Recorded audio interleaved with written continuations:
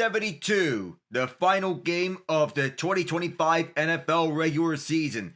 The Baltimore Ravens and the Pittsburgh Steelers battle for the AFC North title and the AFC's 4th seed here tonight at Acrisure Stadium. Winner takes the division and the 4th seed and faces the Houston Texans in the wild card round. The loser goes home, watches the playoffs from their couch. Hello everyone, I am Alec Navas, and of course you know what it is between the Ravens and Steelers for this historic rivalry, John Harbaugh and Mike Tomlin.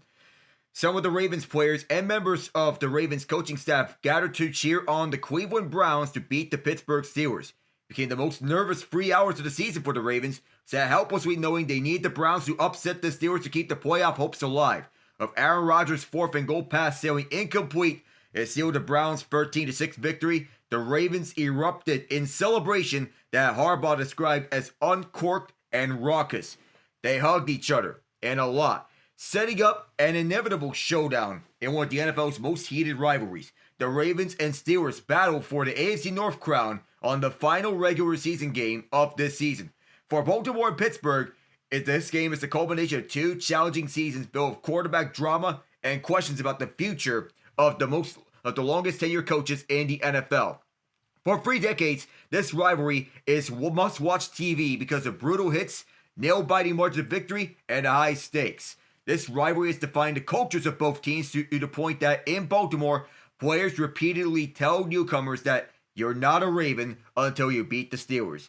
When the Ravens play the Steelers here tonight, it marks the first winner-take-all game in the final week of the regular season between these two teams, and only the second winner-take-all regular season finale since this division was formed in 2002. It could also mark the end of an era for the losing franchise, with both coaches facing a surge of external criticism even as each locker room publicly is backing their leaders. Winner wins an AFC North title, the 4th seed in the AFC, and a home game to wildcard round against the Houston Texans. The losing team will have their season over and real decisions about the future of the franchise begin. Let's go over to the Ravens. You start with them. Doesn't matter who's the starting QB for Baltimore. It does, but the answer isn't clear-cut. They're at their best with a healthy Lamar Jackson, but he hasn't been at full strength for the majority of the season because of hamstring, knee, ankle, toe, and back injuries. But he left no doubt when he said on New Year's Day that he's playing tonight. In the final 2 weeks of the regular season, he is 8-0 with 18 touchdown passes and 1 interception. But he just hasn't looked like himself since returning from a hamstring injury that sidelined him for most of October. In his last 8 games, he's thrown 8 touchdown passes and 5 interceptions, while averaging 21.7 yards rushing per game. In the last 2 games that he sat out, Tyler Huntley has been under center for the Ravens, their 2 biggest wins of the season, with Derrick Henry rushing for over 200 yards against the Green Bay Packers. They defeated a couple playoff teams, not only the Packers, but the week before against the Chicago Bears. Harbaugh's made it clear that there's no quarterback controversy, saying if Lamar's ready to go, he's playing. That's it for sure. The biggest concern with the Ravens defense is big plays against the passing game. Baltimore has given up an NFL worst 32 completions on passes of at least 20 yards in the air this season, including a season-high 6 during the 41-24 Week 17 win at Green Bay. Harbaugh said the issue was poor technique.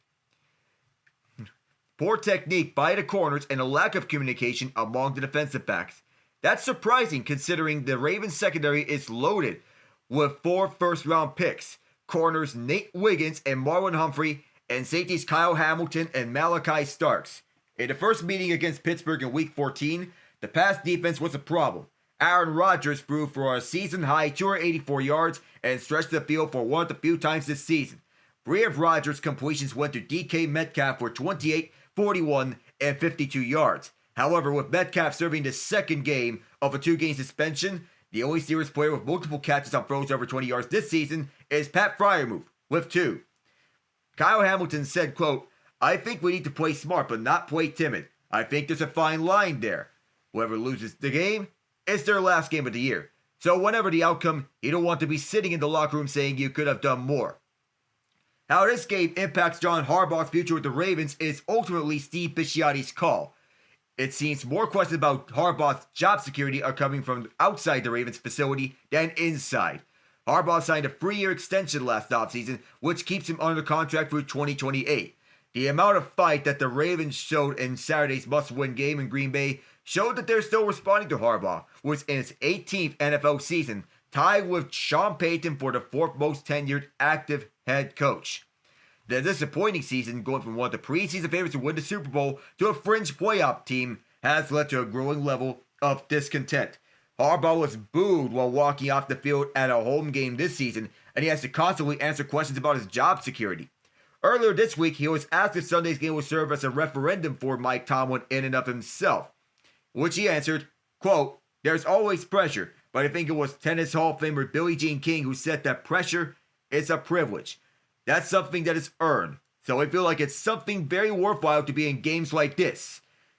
And if those are things that are being talked about along with that, that's okay. That's a privilege too." Let's go to the Steelers.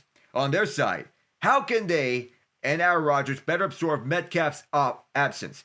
The Steelers offense used Metcalf to set the tone for the very first snap in the Week 14 victory when they won 27-22 against the Ravens, as Rodgers hit him on a go route down the right sideline for a 52-yard catch.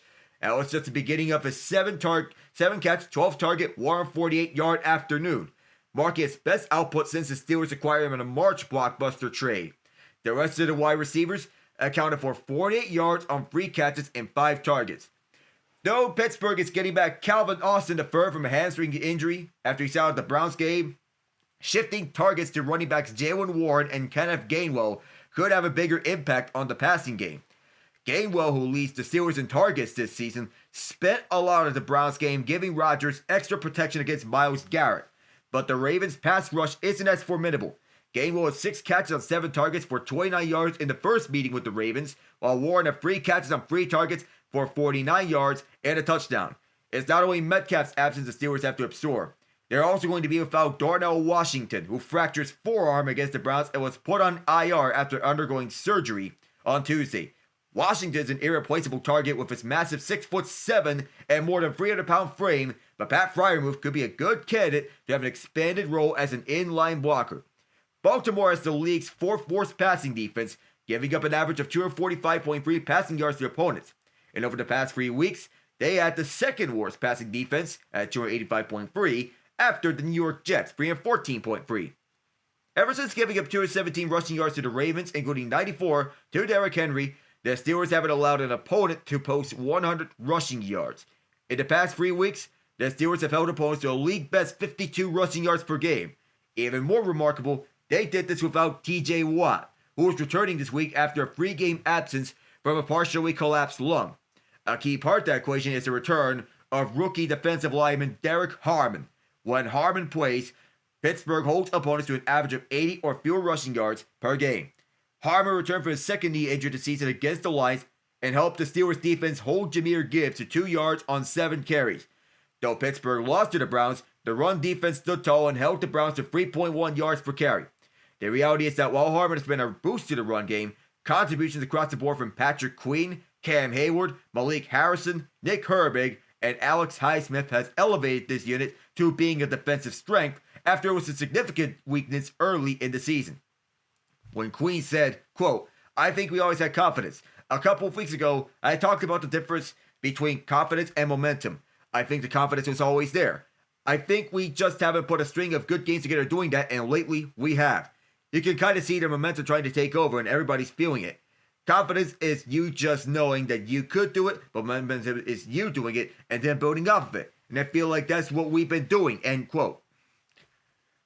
Mike Tomlin isn't really coaching for his job, not according to his contract with franchise precedent or to the players in the locker room. Yet there's a lot of discussions that he could be leaving the Steelers to go on TV after this season. It feels as if the Steelers and Tomlin entered this AFC North rivalry game at a crossroads, and the outcome is going to go a long way to determining the path forward. Tomlin has 2 years left on his contract next season, and a club option for 2027 set to be determined by March 1st. Pittsburgh has also had only 3 head coaches since 1969. Chuck Noll, Bill Cowher, and Tomlin. But the external frustration is mounting. 5 weeks ago, fans were chanting, "Fire Tomlin," as the Steelers were cheering the Buffalo Bills in the 3rd quarter. When the stadium DJ queued up Styx's rendition of Renegade in a last-ditch attempt to get the crowd at Acrisure Stadium into the game, the crowd responded with loud boos. That outpouring of fan unhappiness was undoubtedly one of the lowest points of the season until last week's loss to the Browns.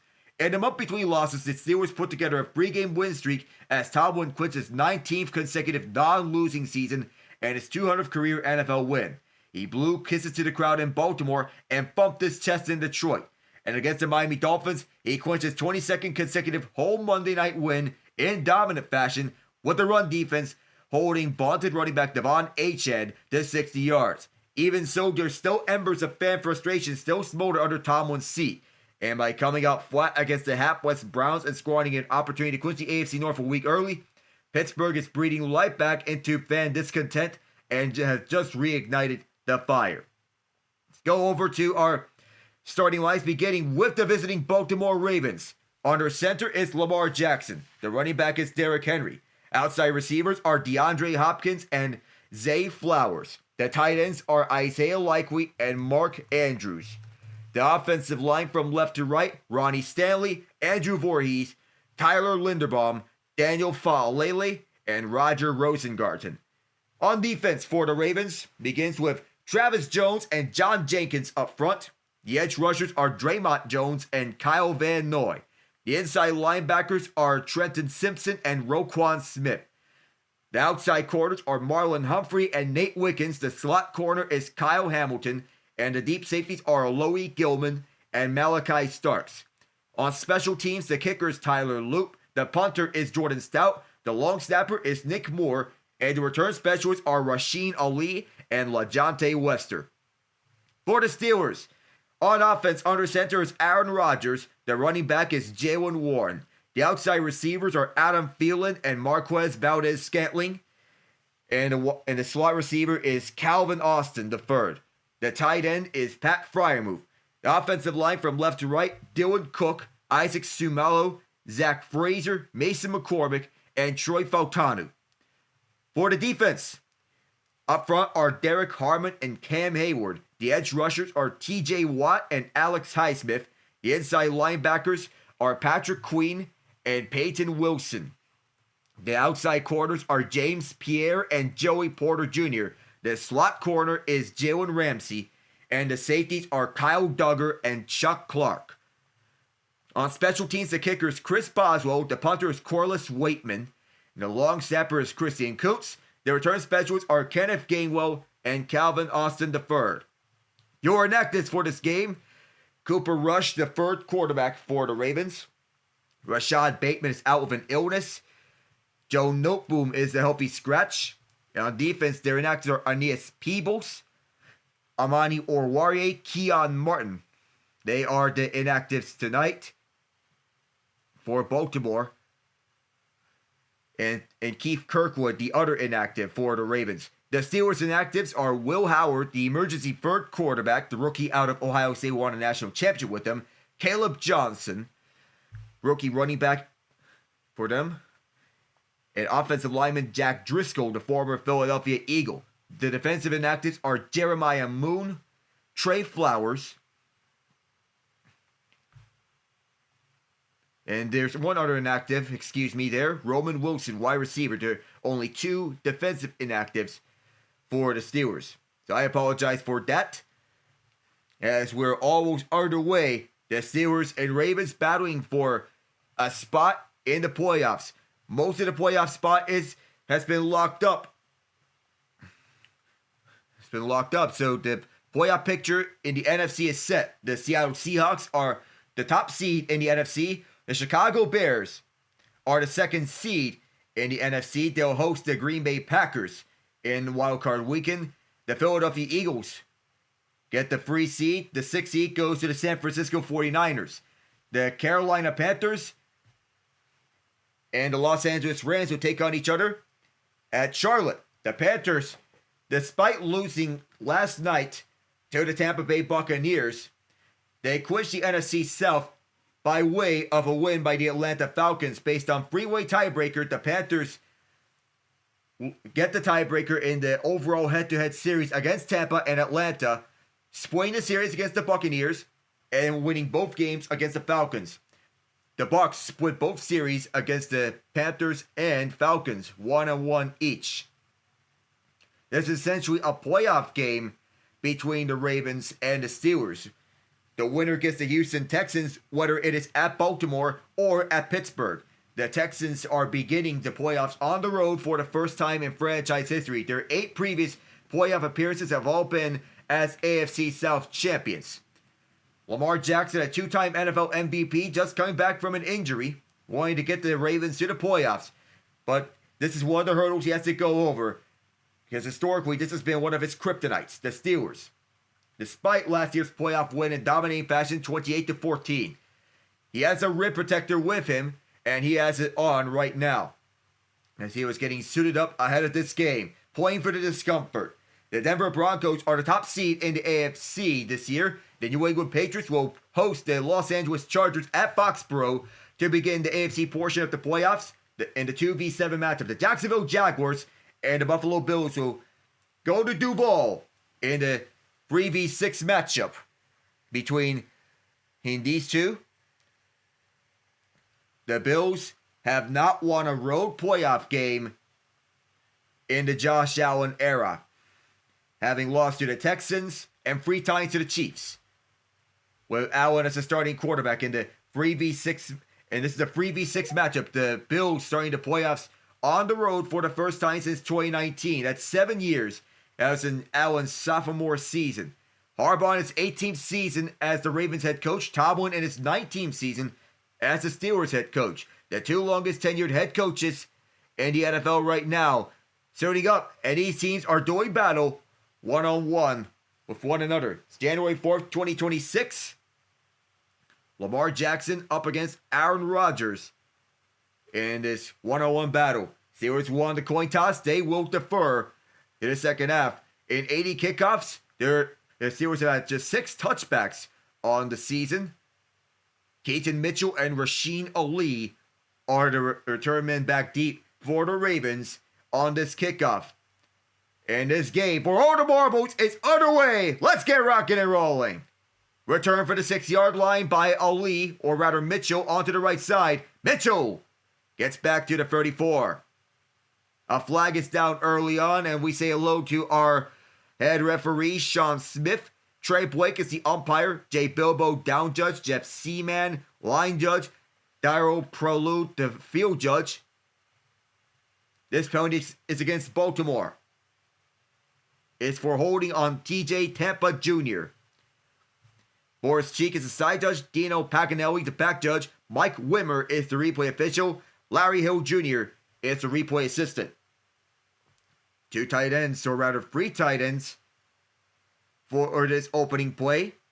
They're going with a heavy formation to begin this game. Charlie Kolar is out to start. Patrick Ricard, who was injured on the season opening game against the Buffalo Bills, is out there for this first play. 2 wideouts, a tight end, and a fullback, along with Derrick Henry, who gets the run on the right side. Henry, watch out! He breaks a tackle! Only rams to the beat! And he's forced out! All the way to the Pittsburgh 39. However, a flag is out.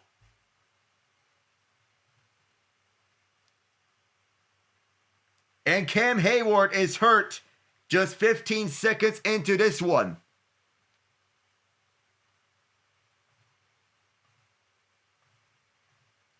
It's 47 yards on this run.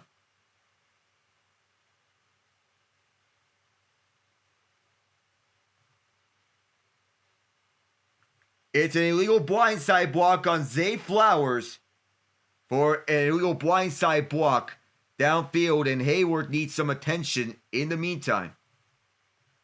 Didn't agree with the call, as a huge hold to run that was set up by Devontae Walker, who has emerged into one of their better run blockers all throughout the season, as Hayward, or rather Ramsey, forced out Henry at the last moment. Flowers had with an illegal blindside block on James Pierre as that was going on. And that blindside block got Hayward to get hurt.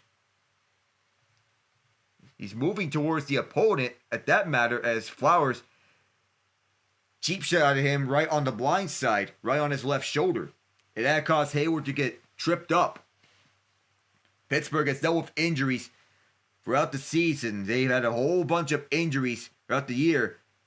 That pushes the Ravens back 15 yards. Henry again, coming off that monster 216-yard game. He gets 3 yards on this run. The down counts, but that penalty pushes them back 15 yards out of that one. It was a 47-yard run, which is now a net gain of 32 yards because of that penalty on Flowers for that illegal blindside block. The passing game is averaging just 193 passing yards per game. And Lamar can be dangerous both as a runner and as a passer. We've seen this during his time at Louisville. Trips left, one right, and Lamar sets the screen over towards the left side. Close to a first down, but he's short. That's Isaiah Likely on the left side. Just 6 yards. It's third down coming up. It's the Ravens doing the work here early. Third down. And what the Ravens' plans here is that they're immediately going to attack TJ Watt coming off that injury that he had earlier. Rather, not an injury, that was a partially collapsed lung. But you do not want to give him time to dominate. Third and 1. And it's a long one. It's 1.5 yards. Mostly left is Likely. Lamar's going to keep it on the run down here. First down. As he was chased down by Kyle Duggar. Noted that Henry was closed off on the inside. Took it himself. Dialed his own number. That's what he does best on read options. TJ Watt focused on Derrick Henry on the short yardage situation, and once as Lamar saw that, pulled away. And even though he's not feeling right, he takes the Ravens into Steeler territory at the 45-yard line. Single back, Henry. It's the runner. On the left side, Henry breaks one tackle, but reinforcements coming quickly. It's Keanu Benton and Alex Highsmith, both combining for that.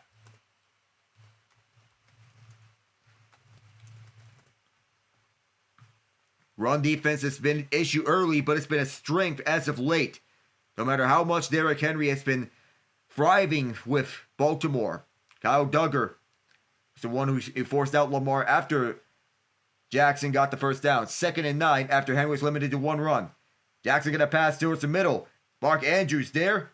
Or it's the left side. It's going to be 3rd and short again. Malik Harrison, the former Raven, and Alex Highsmith both in coverage. Going to be 3rd and 2.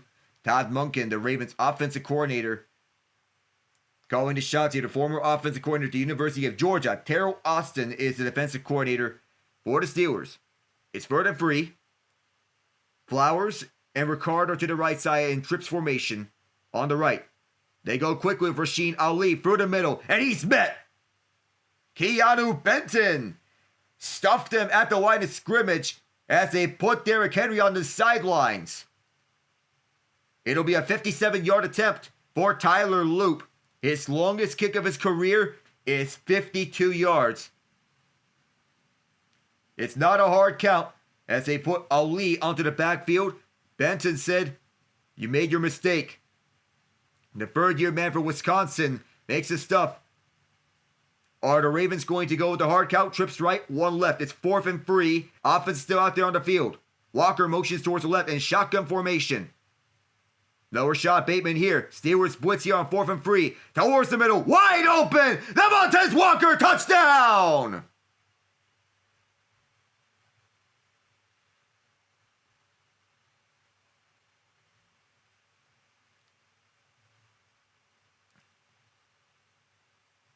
On 4th and 3, Devontae Walker left all untouched over the middle. With Rashad Bateman out, Baltimore needed someone to step up, and it's the North Carolina man breaking loose from Jalen Ramsey. And off the bat, the Ravens get on the board.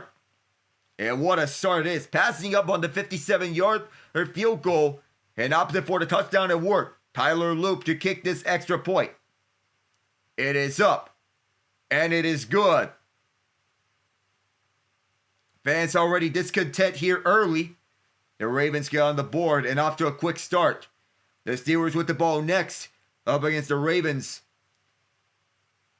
in this AFC North title game. We'll be back.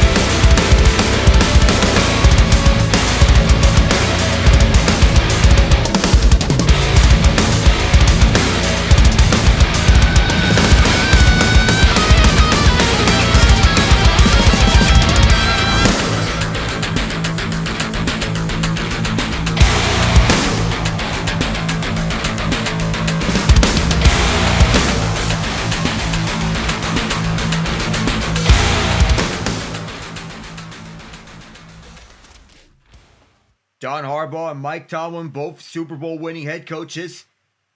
Tomlin winning Super Bowl 43 with the Steelers beating the Arizona Cardinals. The legendary performances of Ben Roethlisberger. That all-time throw to Santonio Holmes in the end zone on the right side through triple coverage. Nonetheless, make a tiptoe catch. And the Ravens winning Super Bowl 47 on the backs of an elite performance from Joe Flacco. Loop kicks off. And the Steelers will return it from the 6-yard line. And up and running is Jaylen Warren. Warren gets away from one tackle. And gets it back to the 37-yard line. An excellent return from the little man that could. A trips formation right side with Walker, Flowers. And there's a lot of time to throw for Lamar Jackson as the Steelers had the blitz all picked up by the Ravens. Jalen Ramsey knew that he was going to get burnt.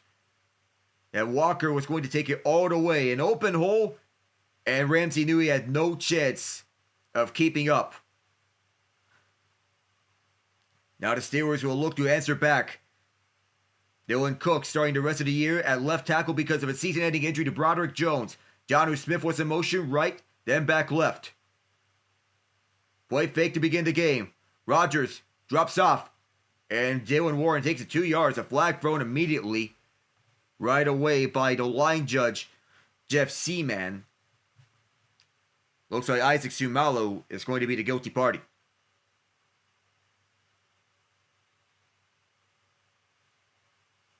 Never mind. It is a face mask grab by Tavius Robinson, who grabbed Jaylen Warren by the face mask on the tackle. That is a no-no.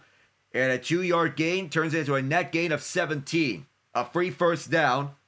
And the Steelers get a first down out of it. Looking to advance something in the absence of DK Metcalf, who was suspended for the regular season finale. Ravens win, they're in. Steelers win, they're in. Tie, that puts Pittsburgh in.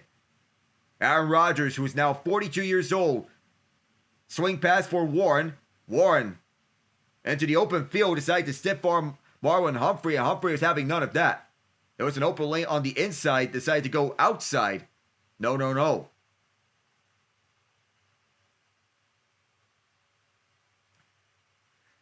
So now it is a second and longer situation. Isaac Sumalo, one of the best guards in the league from the left guard's position. Kenneth Gainwell in the game now. Both tight ends are split out wide. Jonnu Smith and Pat Fryermuth.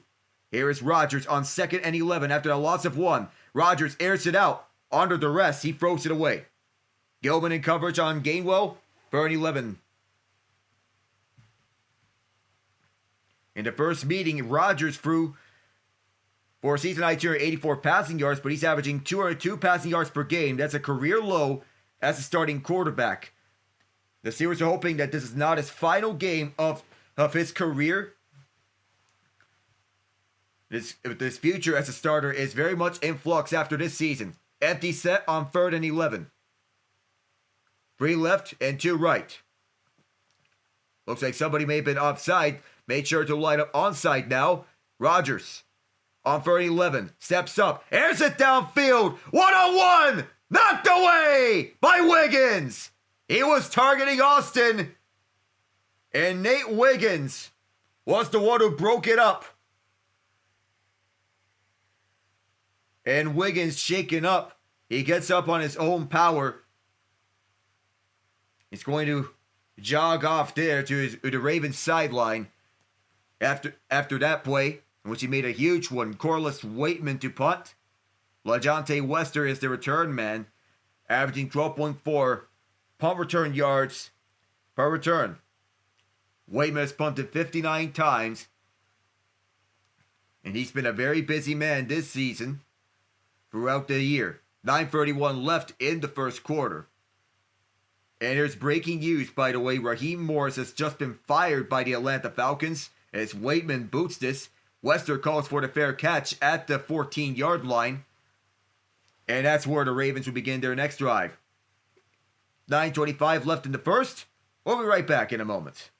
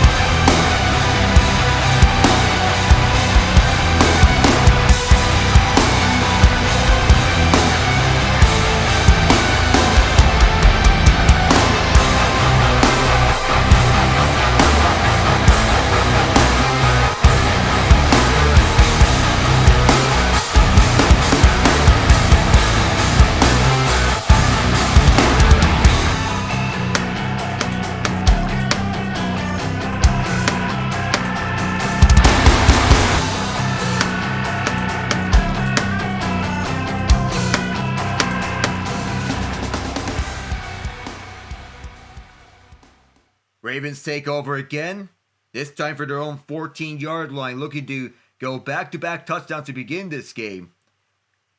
And while they have a habit of letting leads slip from their grasp, they're hoping that they can hold on to this one. 7-0 to begin this first quarter, 9:25 left. Toss left side for Henry.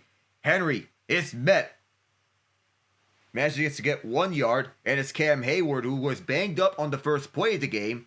He comes back and gets the stuff and limits his Henry to just 1 yard. One of the top pass rushers in the league. Shucks out off the tackle from Ronnie Stanley and sees Henry go through the B gap and takes him out. 2nd and 9. The Ravens, they are known for having a big group of tight ends between Mark Andrews, Isaiah Likely, and Charlie Kolar. Running around left and right is Flowers as Henry bursts through and almost got the first down. He is close enough, a yard shy. To the 23-yard line, first down marker is the 24. Last week, he had one of the best games of his career. 16 total touchdowns, second in the NFL behind Jonathan Taylor. And he's closing in on being the NFL's leading rusher. James Cook holding that. Cook sat out of the Bills' regular season finale. So most of the Bills starters, with Josh Allen resting, everybody's getting set to face off next week against Jacksonville. Henry gets the first down. Keanu Benton was waiting for him and did not let him break free. 3 yards he is limited to. In the playoff game that they played last year, Henry was having, in the time of his life, on 6 rushes, he has 57 yards already. Raheem Morris fired after a first straight year of not making the playoffs. They have not made the playoffs since the 2017 season. And here's the play fake as Lamar Jackson holds on to it, throws over the middle, juggled, nearly caught, and nearly intercepted subsequently. Zay Flowers was there and could not haul it in. It was a very tight window to throw to for Lamar Jackson on this play fake. His fake handoff to Keaton Mitchell. Up through the middle as Flowers juggled it. Jalen Ramsey could not also get it either. It also bounced off of Flowers' foot on this tight window. It was a little wide of Flowers. First incompletion of this game for Jackson. The play clock running down to 5. Setting an audible with 7:19 left. Shotgun set. They get it off. Lamar to pass. As the Steelers blitz. Lost it up in the air for Mitchell. Dropped it. Up the wheel route. A flag is out. The flag is out near the QB Jackson.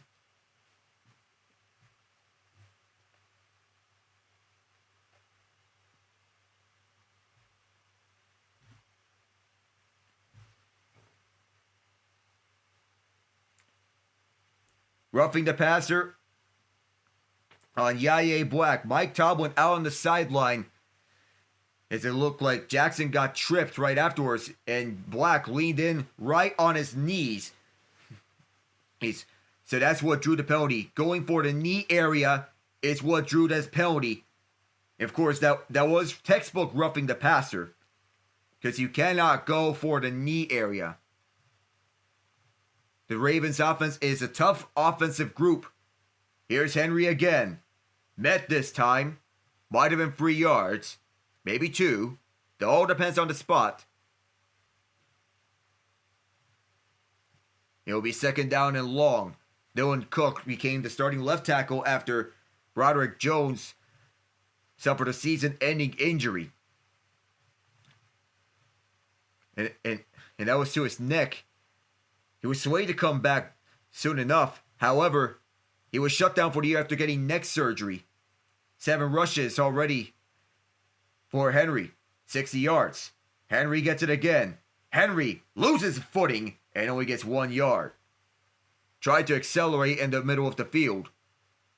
And a big first down coming up. TJ Watt, back from a partially collapsed lung, leading this defensive unit again.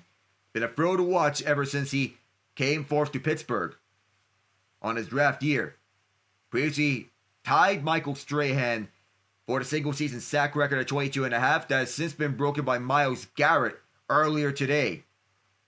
accumulated 23 sacks this season, and should get him with the runaway a defensive player of the year. Motioning left is Mark Andrews. Steelers blitz on third down. Jackson backs up, away from the pressure, and down he goes! Nick Herbig!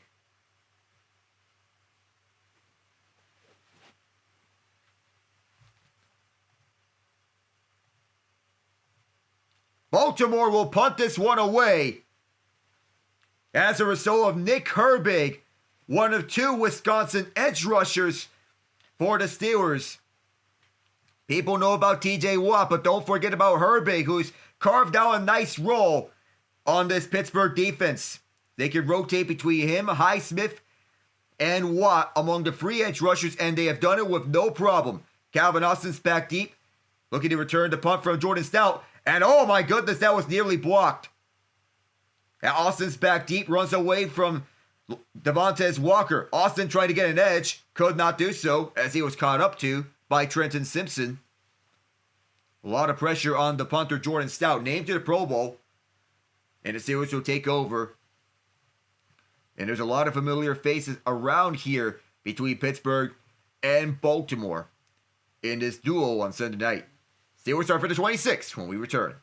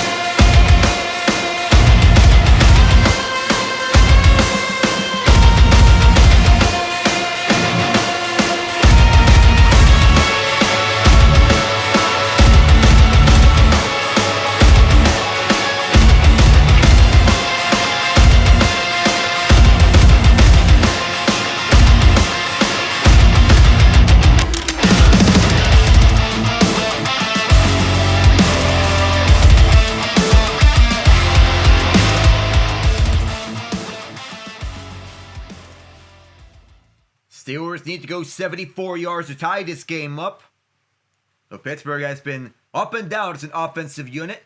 That was evident last week against one of the best Browns defenses in their history, with Myles Garrett leading the way. Steelers start for the 25-yard line. The Ravens' pass rush isn't as ferocious as the Browns one. Here's Gainwell up the middle, making an end around to Austin, and for a progress stop, 2 yards for Gainwell. Draymond Jones, former Denver Bronco, wanting to get himself up and going here with the Ravens. That was just 1.5 yards as Rodgers goes, hurry up. Gainwell gained a touch. Stopped at the 29 by Hamilton.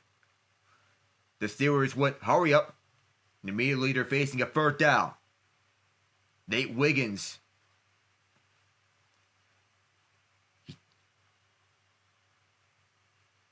So Nate Wiggins said to the medical staff he's okay, but the spotters from upstairs called him down, and he was sent to the blue medical tent. Put in concussion protocol for a brief moment, but he's good to go.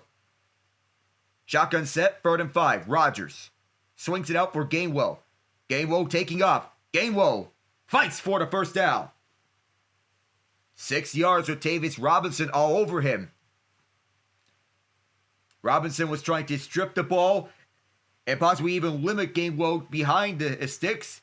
Neither result happened. It's Rodgers saying belly on his audible. Puts things up and going short to Gainwell. Rodgers on first down with the Ravens blitzing. Right side caught, and that's MVS, Marquez Valdez-Scantling, who reunites with Rodgers in Pittsburgh. Previously a teammate of his with the Green Bay Packers. MVS spent some stints around the NFL with Kansas City, Buffalo, and San Francisco earlier this season. Won a Super Bowl with the Chiefs several seasons ago. He's caught and waived by having some heroics. 2nd and 4. 2 left, or rather 3 left, as Kenneth Gainwell doesn't get a lot of space. Just 1 yard on this run. The plays are technically being called by Arthur Smith on the Steelers offense. Zach Orr, former inside linebacker of the Baltimore Ravens, is the team's defensive coordinator for the Ravens. 3rd and 3, empty set for Pittsburgh. Ravens trying to bring pressure onto the line. And wanting to get some of that boom back here. On 3rd and 3, Rodgers swings it out wide. And short is Gainwell. Trenton Simpson raced him over towards the sidelines. Made sure he was short the sticks. And now the Steelers have a big decision looming on 4th down. The offense is staying on the field here on 4th down. They're not getting the punting unit out. Rodgers thought it was going to be an easy first down. No, it wasn't. Simpson raced him over towards the near sideline and said, nope. It was just a gain of 2. It's a tush-push formation. A push. Ravens think the Steelers are short. And yes, they are. That was Connor Hayward on tush-push formation. And somewhere the Philadelphia Eagles have to be smiling smugly.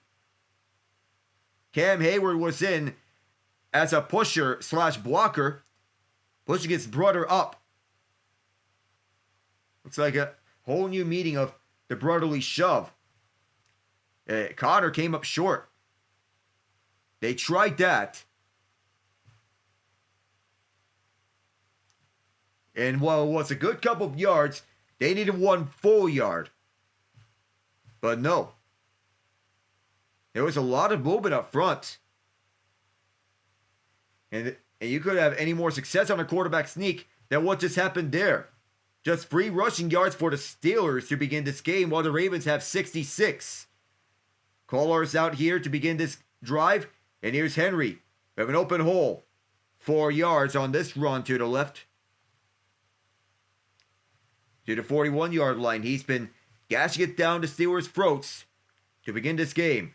65 rushing yards to begin with for King Henry. And it's been another good season, or great season for him. 16 total plays for the Ravens, 11 for the Steelers.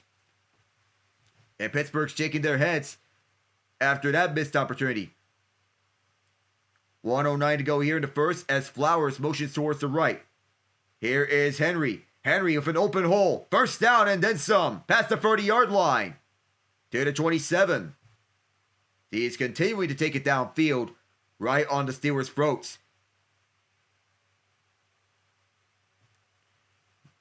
Malik Harrison was out on the edge as an outside linebacker, while he typically plays inside linebacker.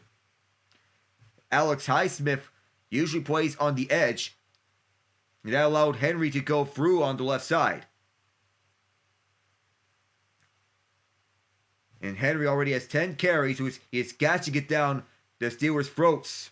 10 carries, 79 yards. And the Ravens wanting to run the last play of this first quarter. In all likelihood, they'll go to Keaton Mitchell this time. And Mitchell, crash and bang, 4 yards for Mitchell, the East Carolina product. That's likely going to end it for this first quarter. The Ravens get the only touchdown. That's on a 4th and 3 dart from Lamar Jackson to Devontae Walker. The second quarter will be up next. Winner gets the Houston Texans in the first round of the NFL playoffs. We'll be right back in just a moment.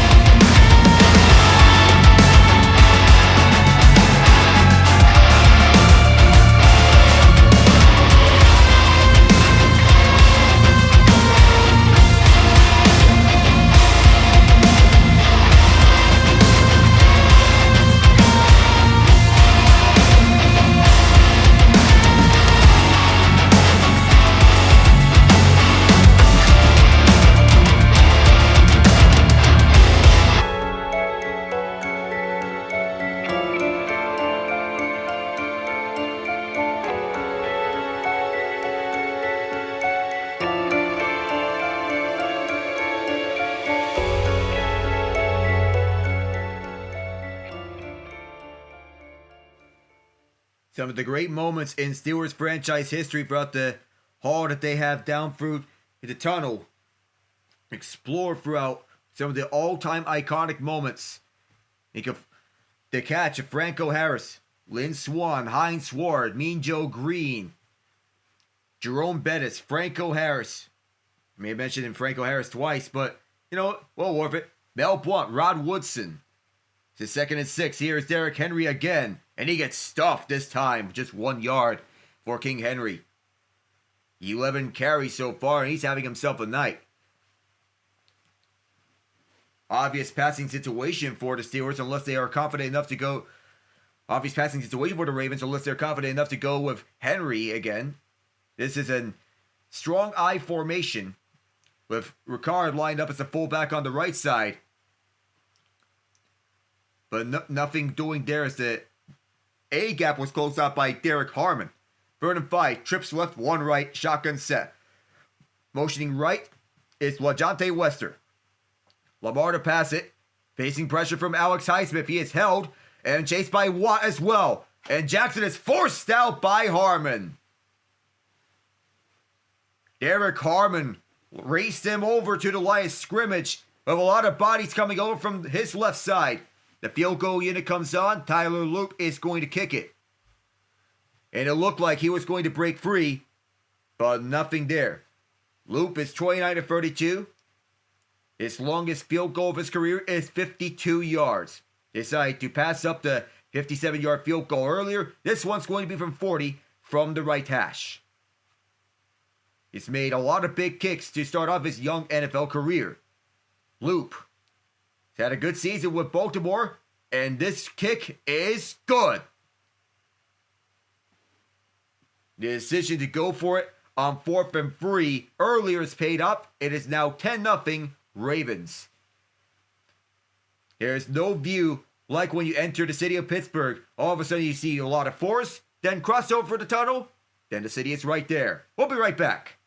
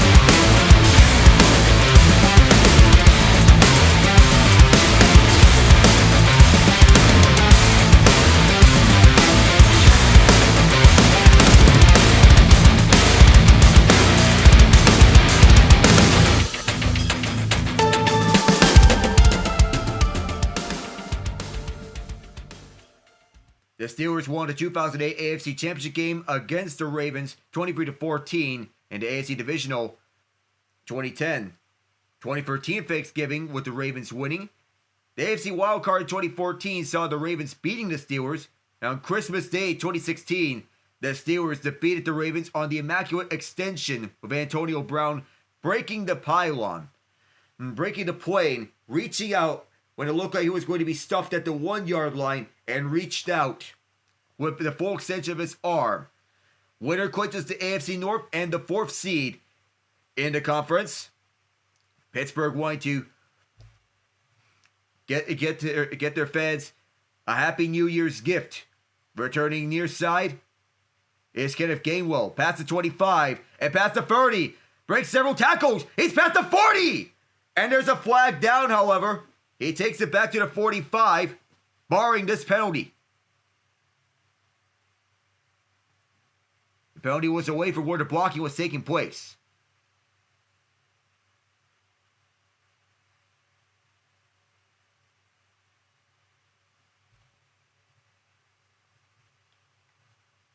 Jabril Peppers has the penalty against him. That is a holding penalty.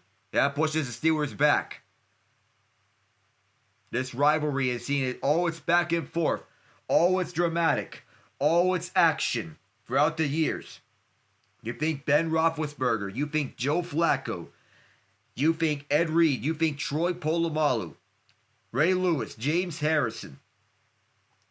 In this current era, you think TJ Watt.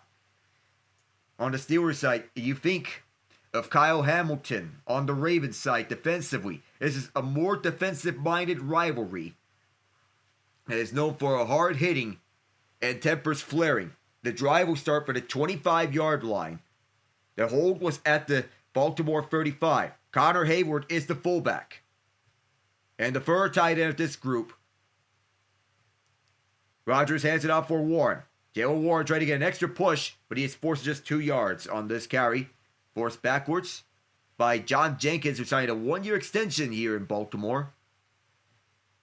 The first 2 possessions, just 4 plays, starting at their own 37 and ended with a punt. Then the second one started for their own 25, ended in a failed tush push, turned the ball over on downs. Scotty Miller is lined up on the left side. Ben Skoranek and Adam Thielen on the right. 2nd and 8. Just 1.9 yards per play for the Steelers. Motioning left and then back right is Thielen, the former Minnesota Vikings receiver coming out of Minnesota State. Warren can't get anywhere. It's just 1 yard. Fans are getting restless here as the game is settling down. They're impatient. Steelers fans are raining boos down on this crowd. From the field, 3rd and 7. MVS steps into this game, and you need someone who will need to step up in the absence of DK Metcalf. And Travis Jones, however, on the other side, has carved out a role for himself as the Ravens nose tackle. Brian move motions all the way to the right, 3 receivers right and 1 left. The lone receiver at the left side is Calvin Austin. 4-man rush. Rodgers, well protected, dumps off. Gainwell runs for the first down, and he's down at the 40. Nate Wiggins was right in on him. You're bringing him out there to the 40-yard line. That's a gain of 12 yards for the Steelers team MVP. And without DK Metcalf, there's going to be more of Kenneth Gainwell. He avoids the pressure up tight. Gainwell, the second running back of this group. Coming out of the Memphis University, he won a Super Bowl with the Philadelphia Eagles last year. Gainwell lined up at the left side. Rodgers on first down. Dumps off right for Warren. Gets a block. Warren cuts around. Warren past midfield. Takes it into Ravens territory. 17 yards for Jaylen Warren on this catch and run. Big plays for the 2 running backs of this Steelers group. Taking swing passes on catch and runs. It's good blocking by Jonnu Smith. Getting around Kyle Hamilton, who has been tracking down Warren on the right side. 66% of the passing yards have come after the catch, which is the highest in the NFL through last week. To the 43-yard line, it was 73 yards. I formation, it's a play fake. Rodgers, well protected. He's going to swing it to the middle, too high. Almost was intercepted too. Kyle Hamilton had it just short of him. And jumping up with Jonnu Smith to try to catch that, but the ball was placed too high for him. MVS clears out, and he was well covered there. But Rodgers can't hit that one up, as he had it too high for Jonnu Smith. A little inaccurate on that throw. Yikes. He wasn't sure if he was going to hit him up. That throw was too high, but you gotta hit that. Rodgers will try again on second down. Dumps off middle. Caught. Just a gain of 4 for Scotty Miller, who won a Super Bowl with the Tampa Bay Buccaneers, with Tom Brady as his QB. Subbing back in is MVS on 3rd and 6. Rodgers 9-12 for 51 yards. Most of the passing yards have come right after the catch. It is the yards after catch. Austin, Thielen, Miller, MVS, and Skoranek. Austin has led the way in catches with the Steelers tonight for the Steelers this season with 28. Everyone else among wide receivers has less than 10. Rodgers on 3rd and 6. Gets away from the pressure. He's going to take it and run with it. Rodgers stopped at the line of scrimmage by Robinson. And out of bounds he goes.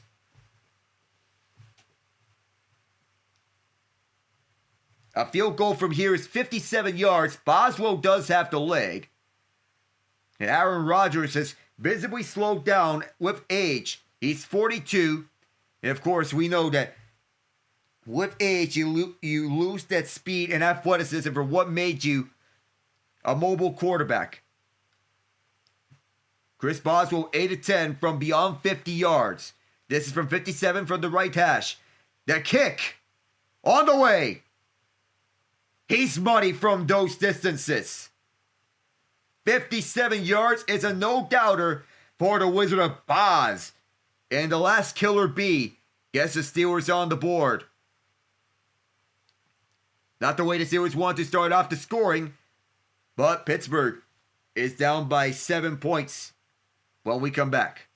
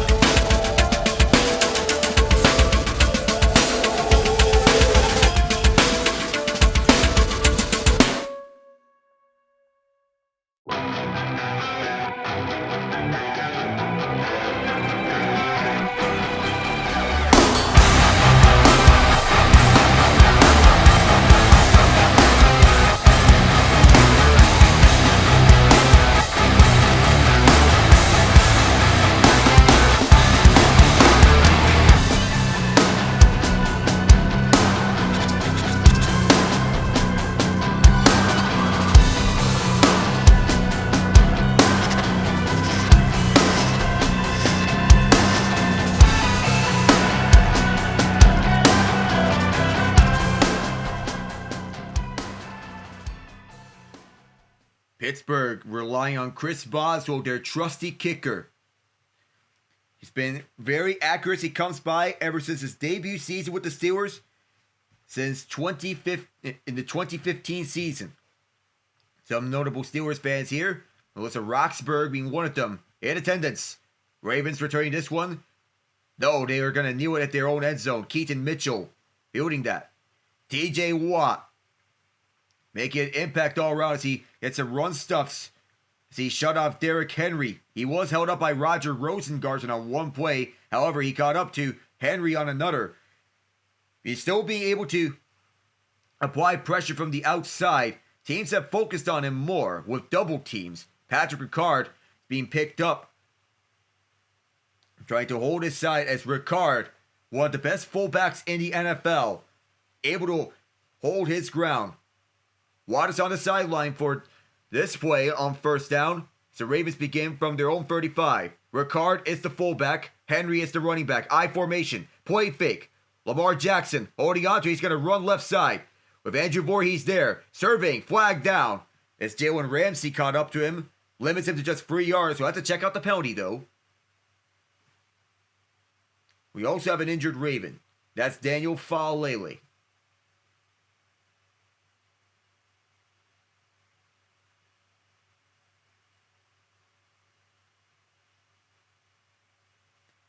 To add insult to injury, Faalele was also the one guilty of the holding penalty. Just imagine a 380-pound man who is roughing you up, and now he is down. Of note, the Ravens waived Ben Cleveland after he came back from his 3-game suspension. They promoted Emory Jones Jr., the rookie out of LSU, to the active roster. He is the other guard on this roster. Corey Bullock is the first-year center out of Maryland, also on the team. Faalele started every game at right guard this season. He's played every offensive snap for them. Faalele and Rosengarten are right next to each other. It's Faalele definitely feeling something on his back. It's a duo in which at the right side came under question. And gets up in a ton of pain. And Rosengarten, their former first-round pick at right tackle. Now in comes Emory Jones Jr., a third-round pick from this year's draft, playing in just his 5th game in the NFL. 91st overall, came from LSU.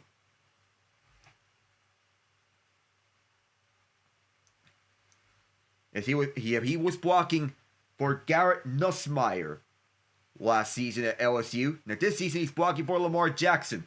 Nussmeier is projected to go in this year's NFL draft. Rory follows is up for question. Call our motions right. Run to the right for Henry. Derrick Henry can't get an open hole.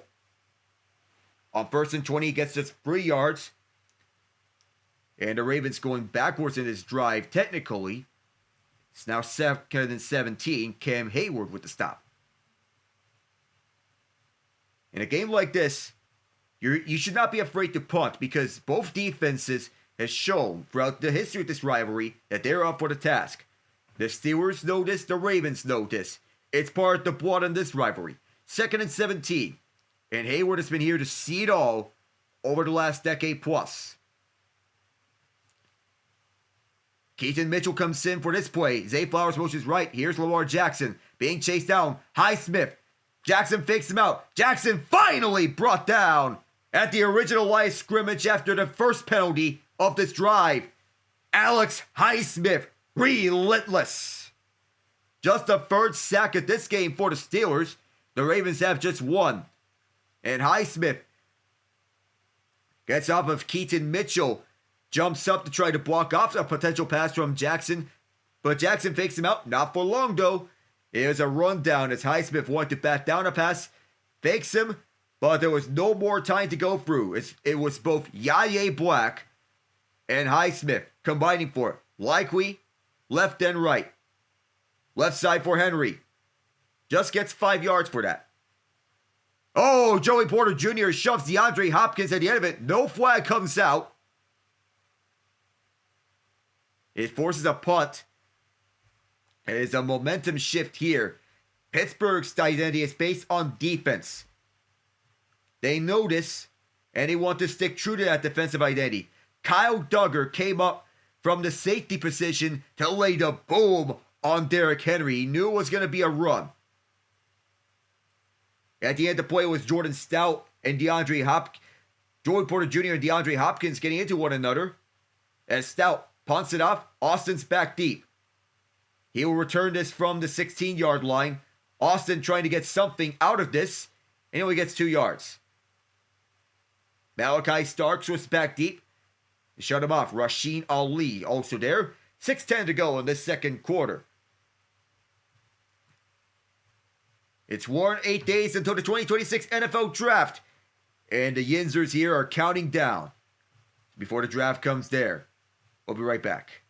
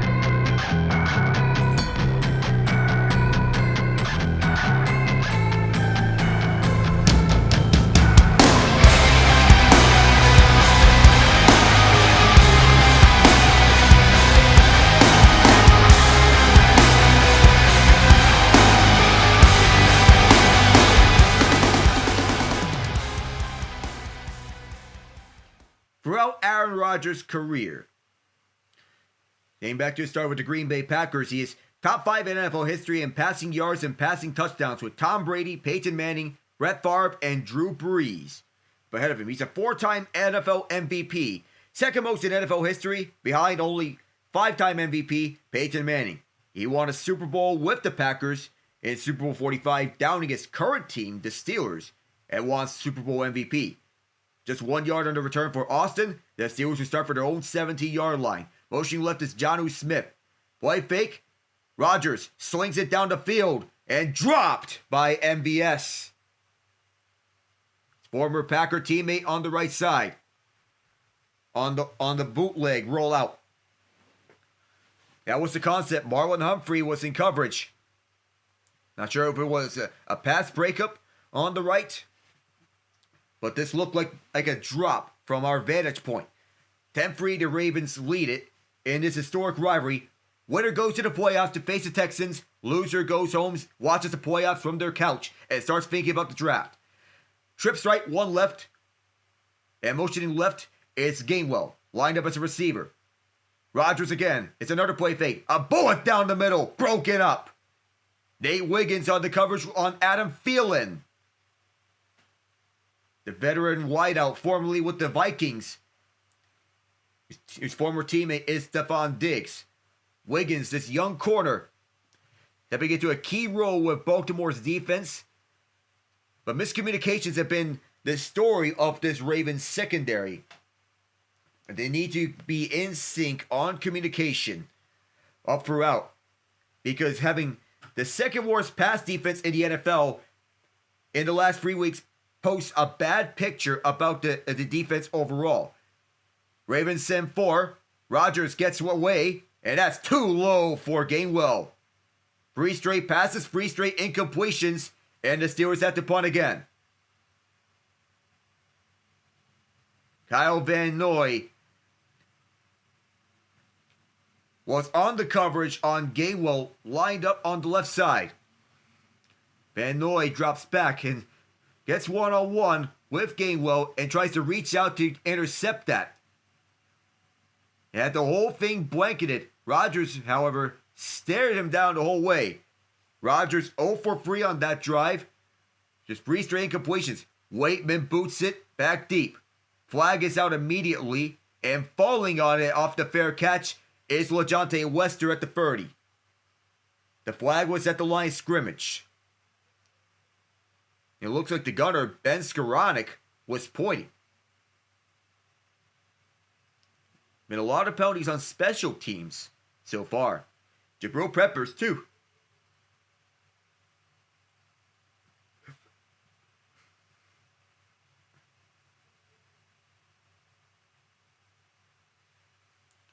It is Skoranek who was called for this penalty.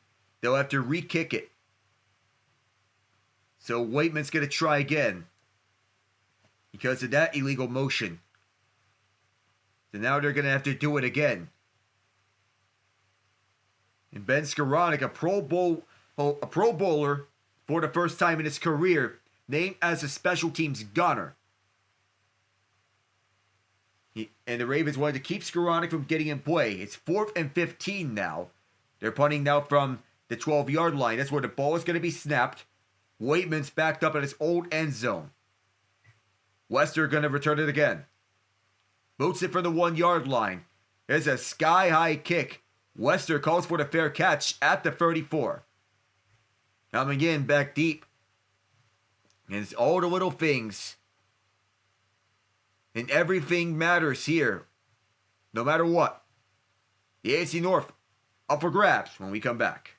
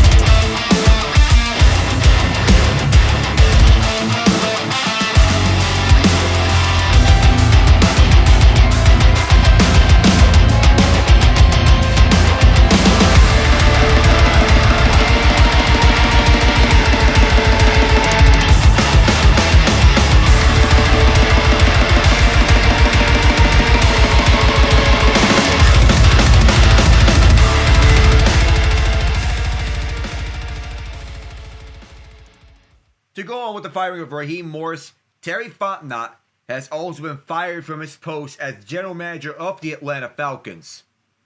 Matt Ryan is being viewed strongly as a high-profile front office role contender with the Falcons, similar to what the Lions have with Chris Spielman. The team recently hired Sportology, a full organizational evaluation, which led to the GM head coach firing. We're going to see what happens with Rich McKay, but ownership has been frustrated with how things have been run, and changes are happening at every level of the Falcons organization. Here's Henry on first down. Breaks free from the tackle. Henry into Steeler territory. 20 yards for the King. He has over 100 yards in his first half alone. A double team action for the Steelers against the Steelers linebackers. Patrick Ricard laying the block, and he let that way perfectly from the eye. That is 21 yards, and he's at 111 yards. Ricard motions left. They'll go with Henry again. This time he is met. Pushed back after at least 1 yard, maybe 2. With the Ravens watching Steelers and Browns at John Harbaugh's house, Baltimore has celebrated the victory from Cleveland, and Harbaugh came in running and hugging, knowing they still have a chance. Good thing for them. And those fans breathing a collective sigh of relief. 1 yard for Henry on the previous run. Lamar Jackson's going to throw, and he missed his target. Zay Flowers was the man, and he was looking for. Had him wide open and missed him. Burn and 9.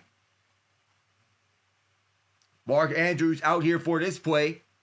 He's usually been Lamar Jackson's go-to guy out the tight end spot. He signed a 3-year extension to stay with the Ravens.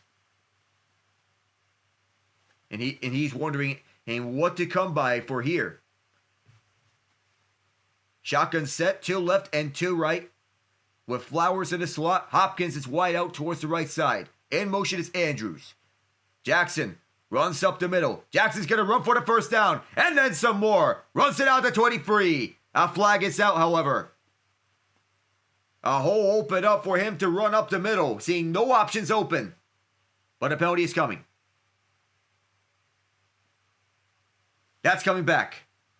Tyler Linderbaum, one of the best centers in the NFL, and headed for the Pro Bowl again. And it was a completely unnecessary hold by Linderbaum on Nick Herbig, who lines up both outside and inside. And he got Lamar Jackson a wide open hole because of that hold, grabbing him on the arm, preventing Herbig from making a clean tackle. Linderbaum came in and made that hole open because of that. A big mistake by him for a center that rarely makes mistakes. 3rd and 17. As Flowers motions all the way to the right. Lamar trying to set the screen for Flowers. Flowers gets down at the 41-yard line. It's 4th and a long 6. It'll be a 59-yard try for Tyler Loop.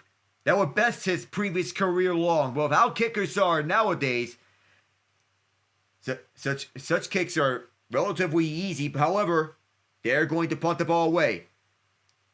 They're passing up the long field goal and going for the punt with Jordan Stout. Austin is the return man who is back deep. And here's the punt. Stout trying to aim this inside the 10-yard line. It takes a bounce forward, and it rolls to the 9, where it's down by Tylan Wallace before it ever reaches out of bounds. 3:09 to go. The Steelers wanting to get something before the end of the half. We'll be right back.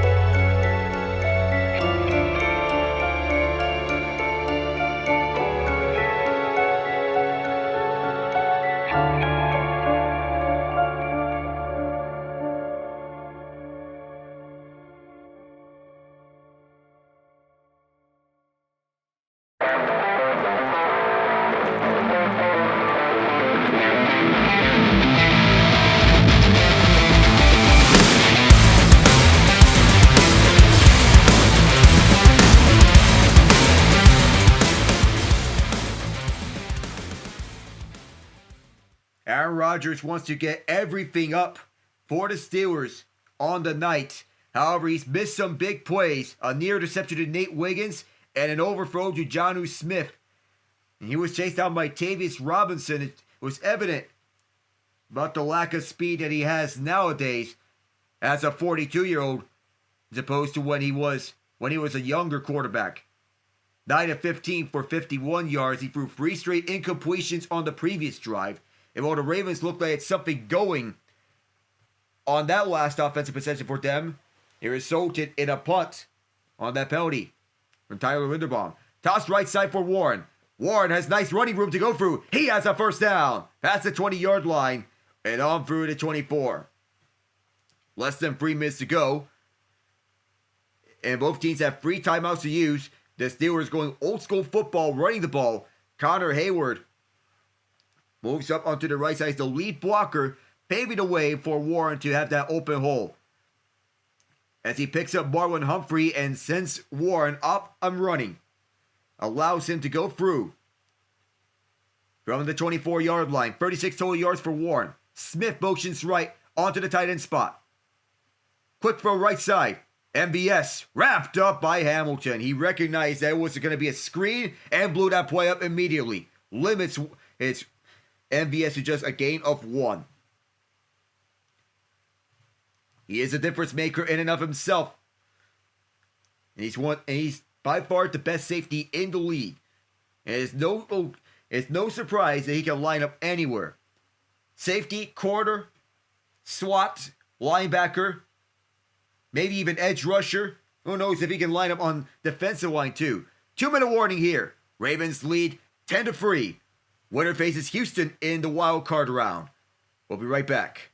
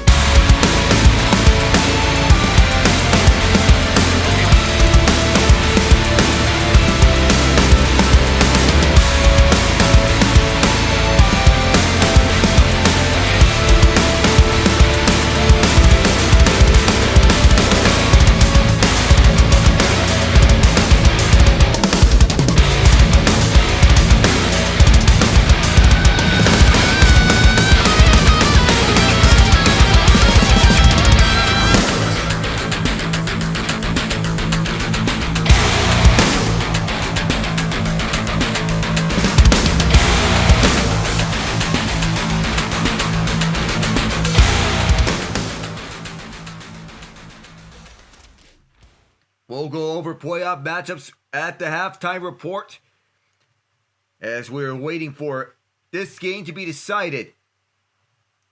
Winner faces the Houston Texans. And here we are. No coaches' challenges allowed in the last 2 minutes of a half. Steelers at their own 25. First down marker is the 24 on 2nd and 9. Shotgun set. Rodgers throws right side. Broken up. And Wiggins with another pass breakup. This time on Freiermuth. And he's talking in smack right afterwards. Wiggins comes up huge on that play. It's a very tight end heavy match. And one of the most versatile players in the league who's not worried about going up against tight ends. Wiggins uses quickness and his speed. Steelers are 2 of 6 on 3rd down. As Freiermuth motions all the way to the left. Trips left, 1 right, shotgun.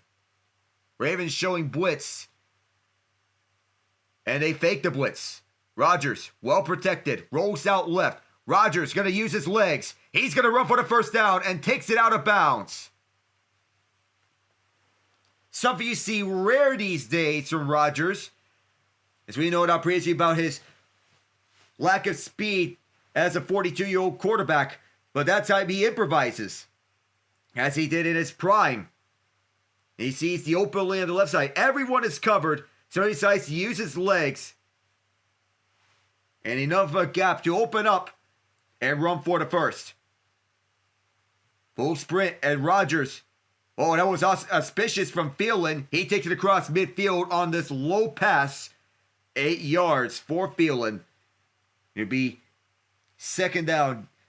Rodgers and Thielen were playing on opposite sides of the same division previously in their careers. Now they're on the same team. 2nd and 3. On a shotgun set, 3 receivers right and 1 left. The low receiver left is Austin. Rodgers dumps off left side. First down, Gainwell. Gainwell still going. Past the 40-yard line and down to 37. And Pittsburgh is in Baltimore territory. They're in field goal range. Timeout call with 1:05 left.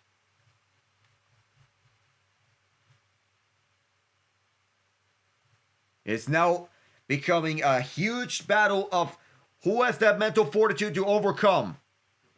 No problem at all for Gainwell as he gets by Tavius Robinson, who wanted to bat that down. Gainwell rumbles up front. And the former backup running back of the Eagles, now a backup running back for the Steelers, he takes this up. He's been clutch on running situations and in passing situations. 6 plays, 54 yards on 204 of elapsed game time. Timeouts for Pittsburgh. And we don't know if this is Rodgers' final season in the NFL.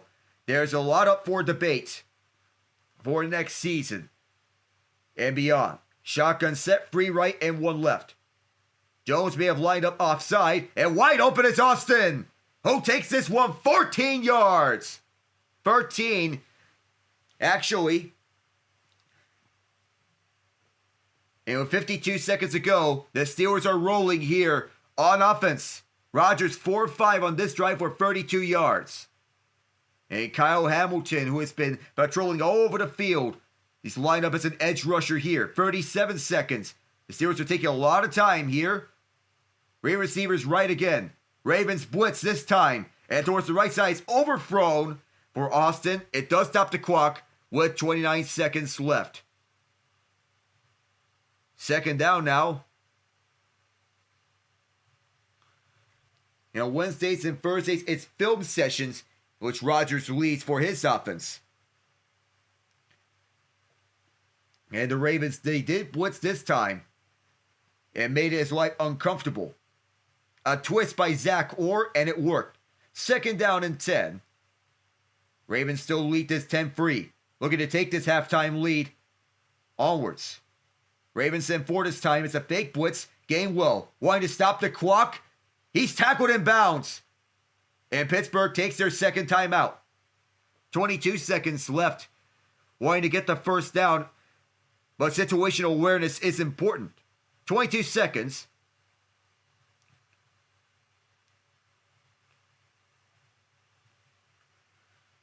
And while the Steelers, they are driving here, the only bright spots from last week against Cleveland, at Cleveland, was the 2-minute drill. The Steelers have not won a game without Ben Roethlisberger as their QB at Cleveland since 2003, with Tommy Maddox as their QB.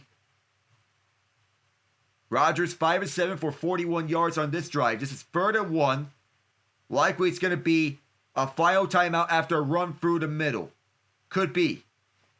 Unless if Rodgers decides to go with something different. It is Gainwell as the running back. They have respawned the ball. It's 3rd and 2. Marquez Valdes-Scantling is on the field for this play for the Steelers. Austin is the other receiver who's lined up wide out to the right with Adam Thielen, the slot man. MVS wide out to the left. Gainwell the running back. The first down is the 14-yard line. Rodgers throwing it. Wide out left side. MVS. And he's tackled in bounds. The Steelers will call their final timeout with 13 seconds. He tried to go out of bounds. Instead, he was tackled in bounds.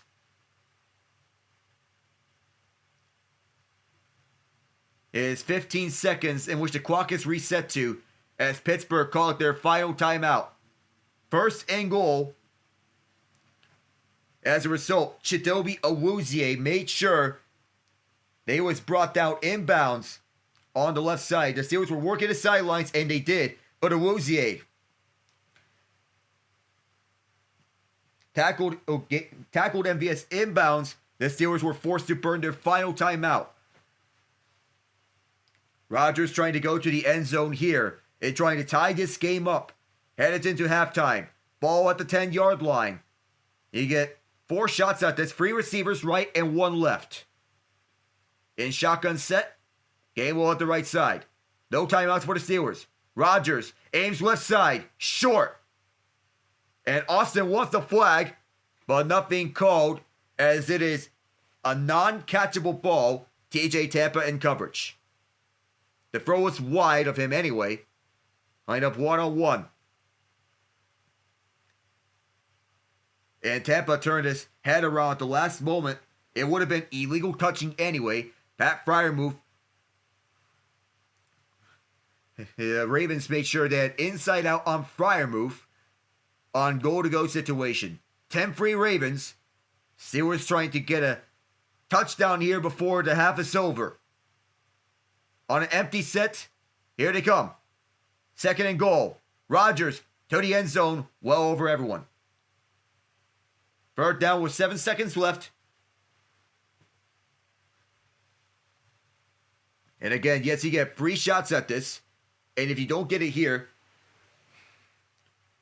you're likely going to escape with a field goal. So, at the halftime, we're going to be talking about every playoff team thus far. 7 seconds left. Kenneth Gainwell with 45 total yards on this game. So now what do you do here on 3rd and goal at the 9.5-yard line? 3 receivers right, 1 left again. Rodgers well protected. Looking towards the end zone. Everybody covered. Flag is out. At the back of the end zone, Pat Freiermuth was interfered with by Kyle Hamilton.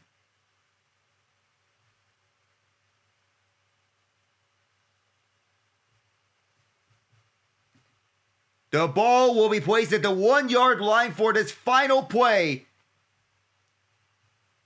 And it's no question about that penalty. Hamilton clearly never turned his head around and pushed Freiermuth to the back of the end zone, never played the ball. He still went there 1-on-1. And now the Steelers are going to go for it, looking for the touchdown before the half is over. 1st and goal, 2 seconds left. Rodgers quieting the crowd. Ravens bunching up the line, preparing for the run. Gainwell is the running back. Smith in motion towards the right. Nobody moves. On the hard count, now Smith motions. Toss to the left side. Gainwell trying to get in, and he's stuffed. Alohi Gilman, who he got at the trade deadline from the Chargers, made sure Gainwell could not gain 6 points at the half.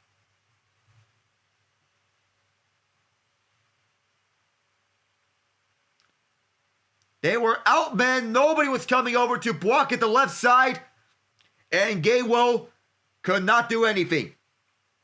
He never had a chance to get in. And that is the half.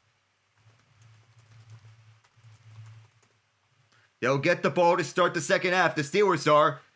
Now we're going into the halftime report with our halftime stats. Lamar Jackson, 4 of 6 for 59 yards and 1 touchdown. Didn't have to do too much. Derrick Henry, 15 carries, 112 yards. The lone touchdown pass came to Devontae Walker, 38 yards down. 4 different receivers with a catch. Aaron Rodgers, 15 and 25, 98 yards. His long run was the longest run of any Steeler in this game. 20 yards. Dale Warren, 3 carries, 18 yards. Kenneth Gainwell, 6 catches, 42 yards. Being utilized a lot here. So, if you're asking Gainwell to carry the load here on the way, but what are you doing with that play call? Total yards are 165 to 138 Ravens. And the Ravens have a huge lead on rushing yards. Time possession 16:53 for the Ravens, 13:07 for the Steelers. So now, to go into our playoff teams, the Seahawks, the first playoff team we're going over. Their defense is championship caliber. Mike McDonald's unit is allowing the second fewest points in the NFL this year, holding 9 of their last 12 opponents to fewer than 20. The Seahawks are allowing the league low 3.7 yards per carry, haven't allowed a 100-yard rusher in 26 straight games, despite facing a recent gauntlet of tailbacks, including Bijan Robinson, Jonathan Taylor, Kyren Williams twice, and Christian McCaffrey twice. But they turn the ball over way too frequently. There are 28 giveaways, including 2 on defense via fumbles and interception returns, are the second most in the NFL. Sam Darnold leads all players with 20 giveaways, 14 interceptions, 6 fumbles lost. Those who tend to start slowly on offense. They've overcome those issues against lesser teams. It's going to be harder to do in the playoffs. The run defense allowed minus 30 first downs over expectation this season, based on the positioning and movement of all 22 players at the time of the handoff, and describes the suffocating nature of Seattle's run defense. In context, the next best team in category is Houston at minus 15. Next are the Chicago Bears. They're led by Caleb Williams.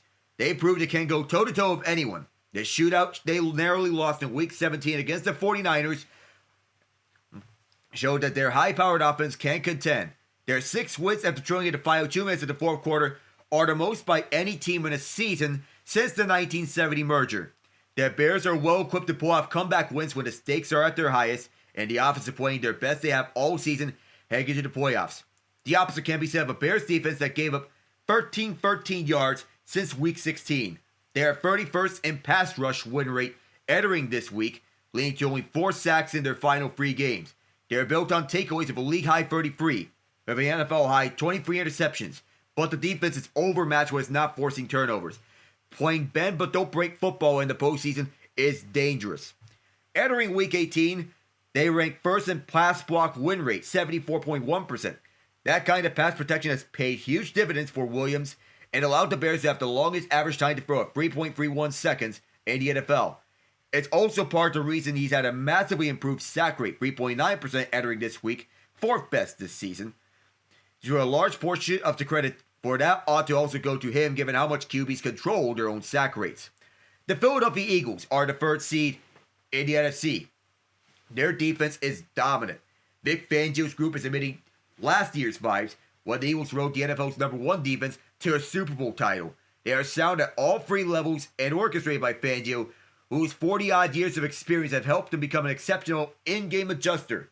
The Eagles rank 5th in opponent scoring at 19.1 points per game and 7th in passing defense, or 89.8 yards per game, despite facing several top quarterbacks, including Josh Allen, Matthew Stafford, Patrick Mahomes, and Justin Herbert. Their concern is an inconsistent offense. The offensive lines regress, and the play calling has been extremely questionable. Two contributing factors in the decline of a once exceptional running game led by Saquon Barkley. The lack of success on the ground has created tougher sledding for Jalen Hurts, which had standout moments but also stretches of unproductive play. The output has not matched the overall count for much of the year. Entering this week, though, the Eagles ranked second in EPA allowed per dropback despite ranking only 21st in pass rush win rate. It's testament to how good their secondary has been, with Quinyon Mitchell and Cooper DeJean leading the way. Mitchell allowed 0.7 yards per coverage snap entering this week, 7th best among outside corners of at least 300 coverage snaps, along with minus 13 EPA allowed when targeted, per NFL Next Gen stats. For the Panthers, the hope is for Bryce Young.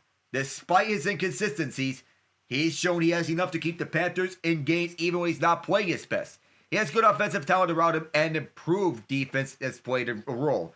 But if Young plays well and doesn't commit turnovers, they can play with anyone, shown in their wins against the Rams and Packers as double-digit underdogs. The concerning part is the general inconsistency. They've won every other week since mid-October outside the back-to-back losses to end the season. But the inconsistency by the team, particularly Young, must be concerning entering the playoffs. He had a career low of 54 passing yards in Week 17 and a franchise record 448 yards mid-November against Atlanta. He followed the Atlanta game of a season low 13.7 total QBR against the 49ers. That's been an up and down cycle that won't get you far in the playoffs. They have a minus 8 pass rate over expectation, second lowest in the NFL. Their extreme run tendency made sense earlier in the season, considering they were much more efficient on the ground as the passing attack was struggling. But from Week 11 onwards, the passing game has been much better, though Carolina maintained high run rates relative to expectation. The question moving forward, which version of Bryce Young are the Panthers getting? And would they be willing to rely on him more? The Los Angeles Rams are the 5th seed. Matthew Stafford is the odds-on frontrunner for the MVP for most of the season. The Rams' offense has been more consistent this year. LA has scored at least 30 points in 10 games. Stafford has 4,707 passing yards and an NFL-leading 46 touchdowns and looks poised to lead the Rams on a deep playoff run. Special teams, however, has been the Achilles heel. It's been a factor in 3 of the Rams' 5 losses, including the defeat to the Seahawks in Week 16 that ultimately knocked them off track to win the NFC West. The miscues in that loss led to Sean McVay firing special teams coordinator Chase Blackburn. After making that move, McVay said he did it because of confidence he has in the team and where I think we can head. As he said, the Rams are capable of winning a Super Bowl, but special teams might be the weakest link. Entering this week, the Rams ranked in the top 3 in rates of play action at 35%, design rollouts 12%, motion at the snap 48%, and max protection 14%. Those are all valuable levers for McVay to pull that help with pass protection or overall passing efficiency, or maybe both. No doubt that Stafford and Puka Nacua have had unbelievable seasons, but those schematic tools are contributing factors to the Rams' success too. The 49ers are seed number 6. No offense is playing better than the 49ers offense right now. Since Brock Purdy returned from a right big toe injury in Week 11, San Francisco is averaging 30 points per game, 4th in the NFL, with Purdy playing some of the best football of an already successful career. The Niners have huge injury questions, with George Kittle nursing an ankle sprain and Trent Williams missing this week's game with a hamstring injury. Kittle played, but if Williams can return, this group can keep up in a track meet against anyone, with Purdy and Christian McCaffrey leading the charge. But for as well as the offensive play, the defense is limping just as much. Among defenses and postseason teams, the Niners are one of the 3 worst in terms of points allowed per game at 25.5. Defensive expected points adding at minus 26.7, yards per play allowed is 6, and takeaways with 2 since Week 14.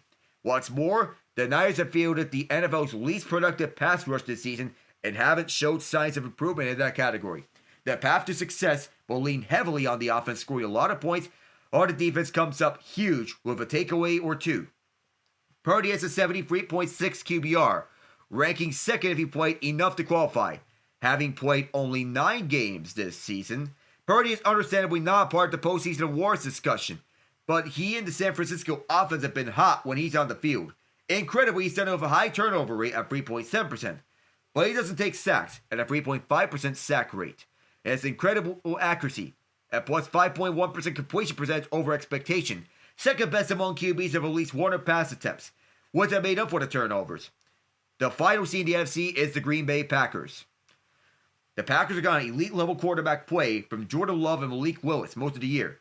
Love was as high as third in some MVP odds late in the season if his numbers were better than Sam Darnold's, the third to three NFC Pro Bowl quarterbacks, before Love's Week 16 concussion against the Bears. Willis might be one of the best, if not the best, backup quarterbacks in the game right now. However, Green Bay has found some unique ways to lose or almost lose games. A botched onside kick recovery in Week 16 against Chicago that allowed the Bears to get to overtime and eventually win. The run defense collapsed the next week against the Ravens, allowing 307 yards, 16 of them to Derrick Henry. The Packers almost had a clock management disaster at the end of overtime Week 4 against the Cowboys when Green Bay nearly ran out of time before kicking a game-time field goal to salvage the tie.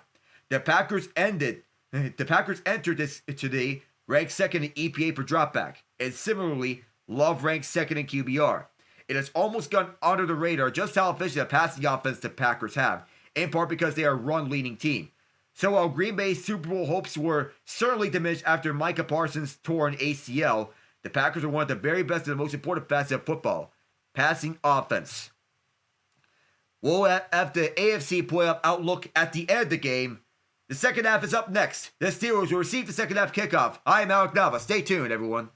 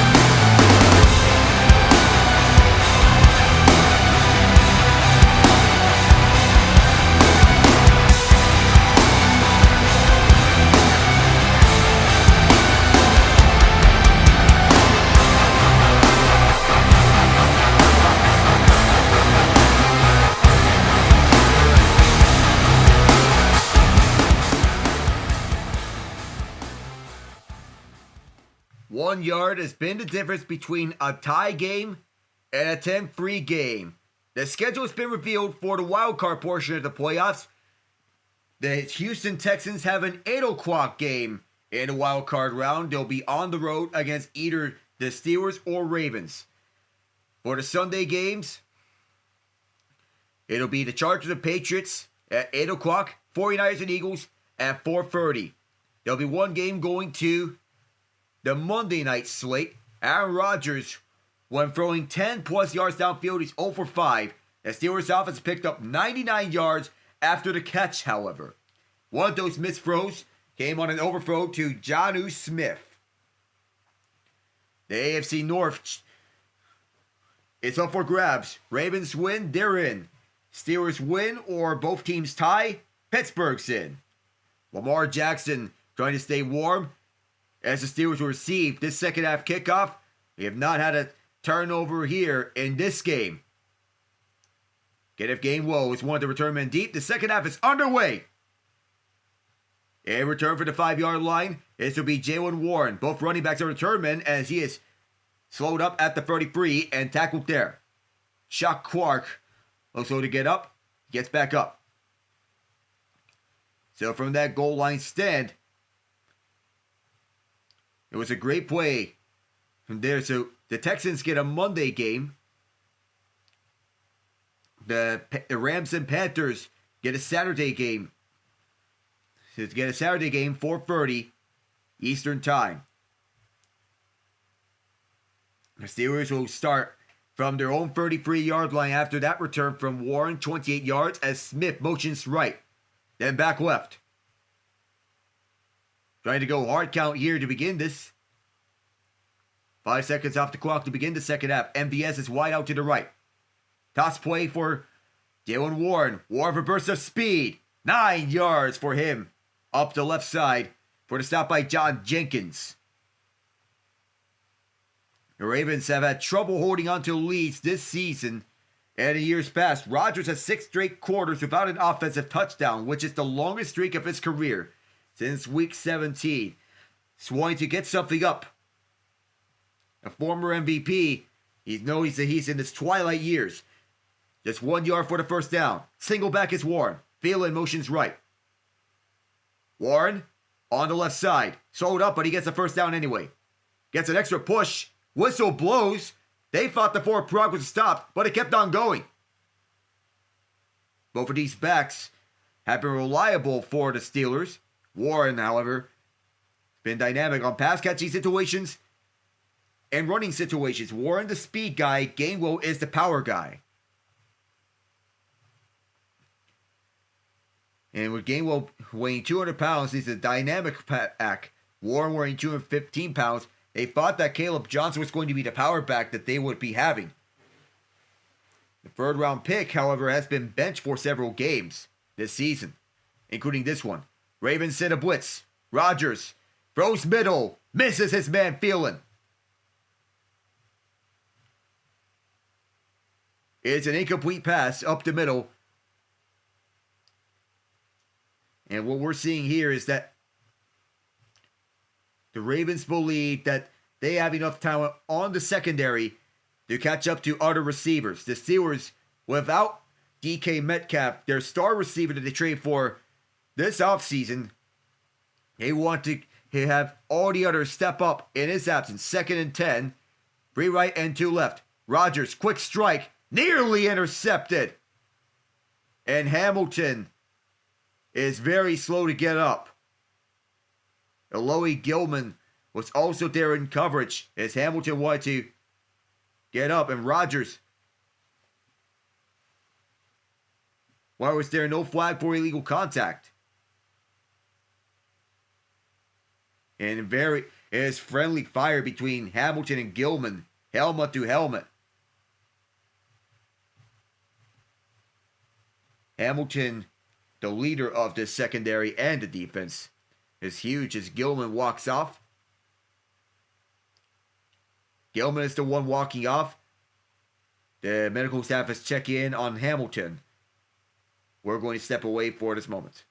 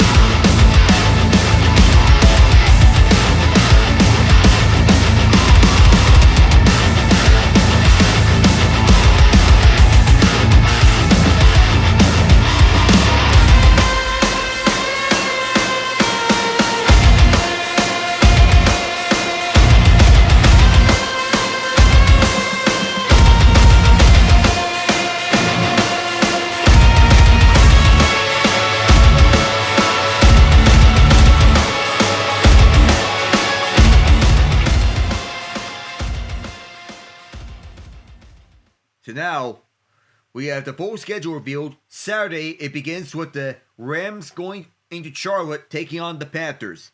Then it's the Packers up against the Bears on the night game on Saturday. Sunday begins with the Bills and Jaguars at the 1 p.m. slate. 49ers and Eagles take the 4:30 slate. The Chargers and Patriots at the late game slate. The Texans wait for the winner of this game. Kyle Hamilton walks up. Ravens rush 5 and the pass is caught on the right side by Freiermuth. Near the 40-yard line and the Steelers are chanting move. Here at Acrisure Stadium, it's a first down. All reliable. Their trusty tight end can be used in all situations. Run blocking, pass blocking, even catching too. A jack of all trades. Extra lineman here is Spencer Anderson. Freiermuth back out again on the right side. Anderson is to the left of the left tackle Dylan Cook. Hayward was in motion. And a toss play left side. And this is Jonnu Smith who gets the toss. Smith has ran it 8 other times this year. Gilman comes back in for the Ravens. Ardarius Washington takes the place of the injured Hamilton. We'll check in more of him in a moment. 2 yards for Smith. It's a designed tight end run. One of the rarest sights that we'll see. Darnell Washington out for the rest of the year with a broken forearm. Finishes the year with 31 catches, free of 64 yards. In motion left side is Gainwell. 2nd and 8. 3 left and 2 right as Rodgers looks, airs it out towards the right side. Holding! Adam Thielen! Rivals turn teammates. Set up the Steelers in excellent position to strike.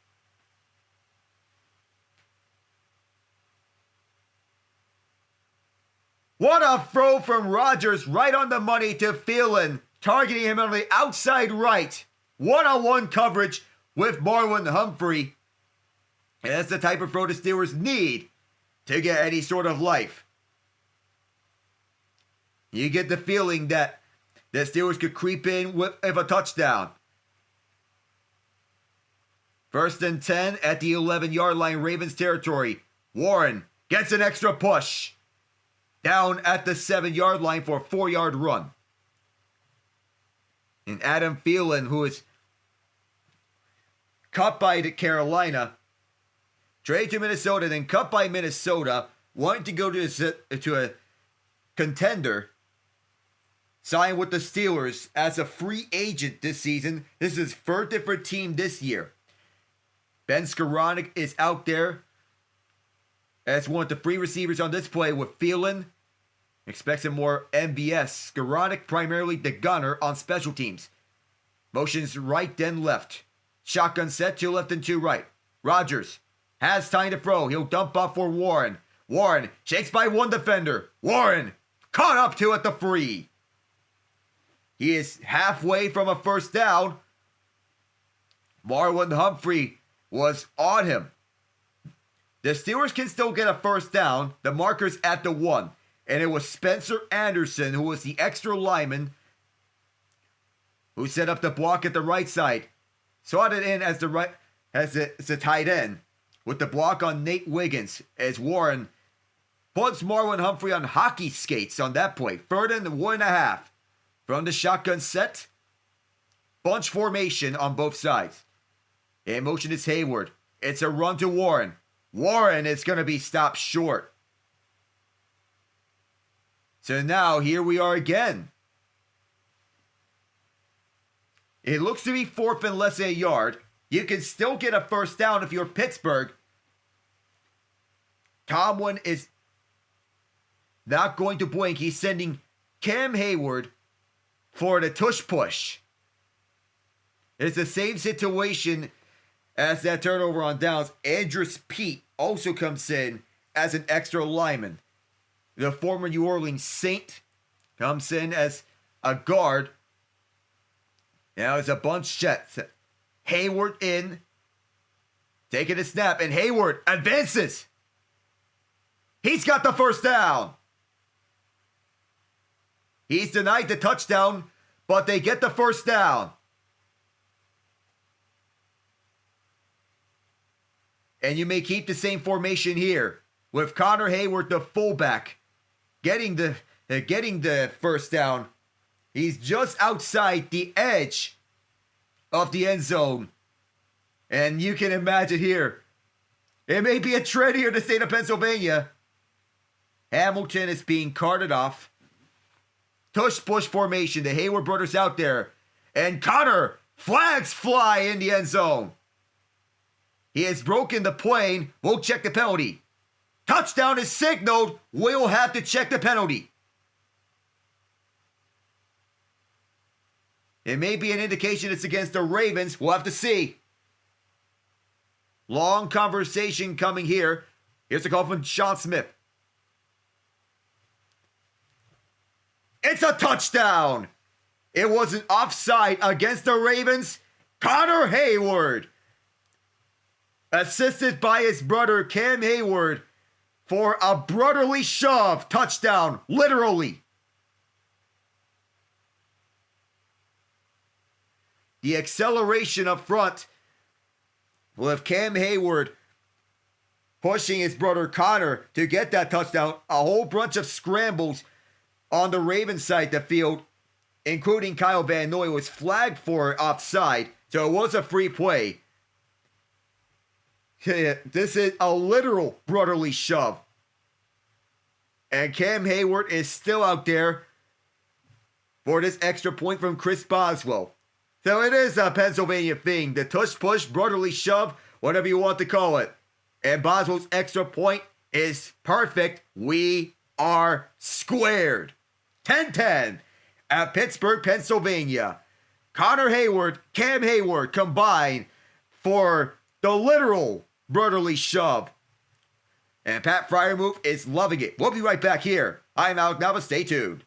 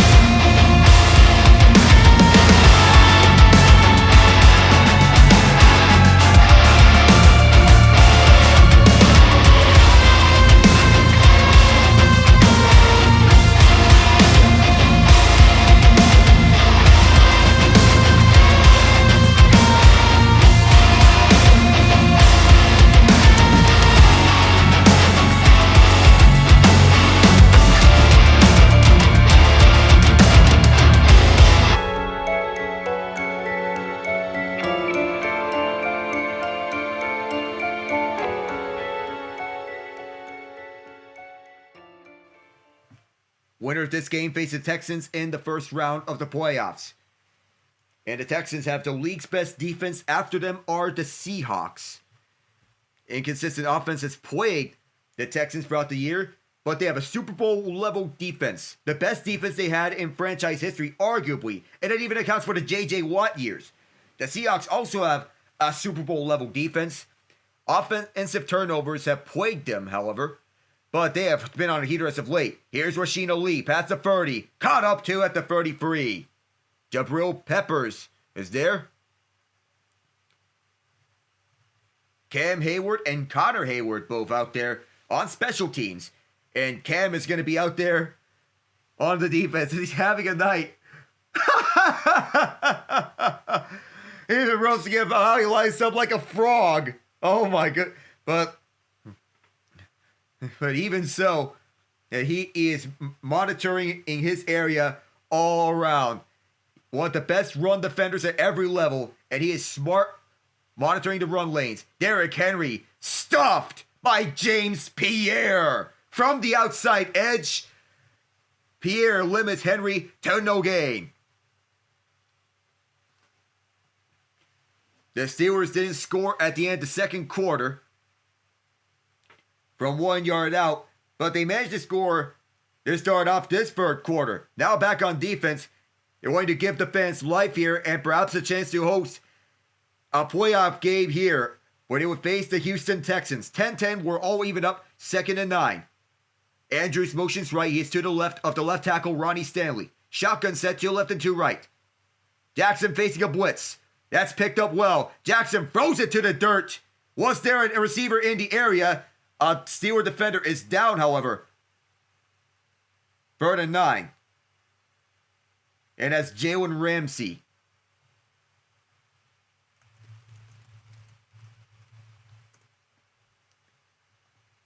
Looked like it was non-contact. As Hayward, he was munching up Lamar Jackson on the pass. He's going to go bull rushing through the left tackle side of Ronnie Stanley and left guard Andrew Voorhees. The blitz was almost picked up by Derrick Henry, but instead was Patrick Queen who focused on him. It was a bull rush from Hayward, going one-on-one with Voorhees. And he has continued to terrorize Lamar Jackson on the night. It's a crosser route as Ramsey walks off on his feet. He's walking off with the athletic training staff. He was a Super Bowl champion with the Los Angeles Rams. 10th season in the NFL. They named a Pro Bowl corner as a safety for the first time in his career. Normally he's a corner, but he has played nickel corner this year. Has made the move to free safety where he has thrived. Acquired from Miami, sending Minkah Fitzpatrick the other way. He had a nice reunion. Former Steelers teammates of Minkah right after that Monday night win against the Dolphins. Jackson facing a 4-man rush. Ball is tipped and picked up by TJ Watt on the interception.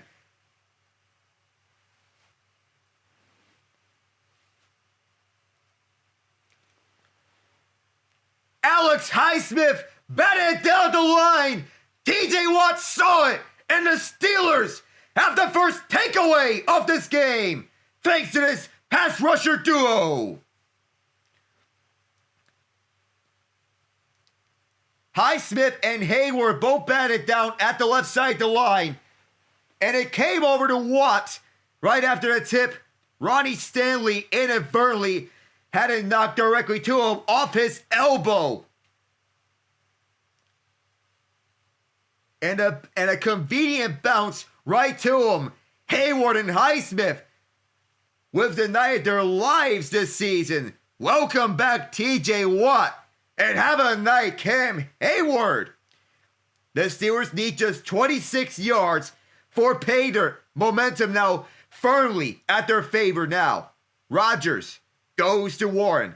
Warren shakes off Humphrey, cuts inside, and gets 9 yards. Hayward's holding the fort.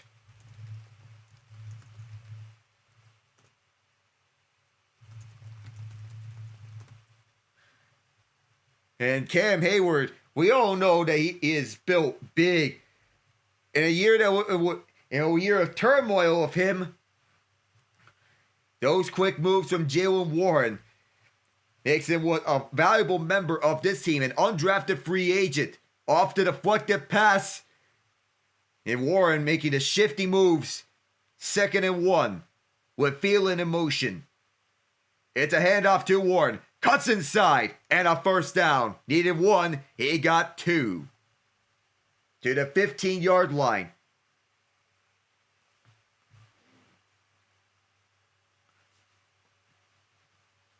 All right, so first went Gilman to the Blue Medical tent. Both he and Hamilton were evaluated for concussions. Hamilton was carted off.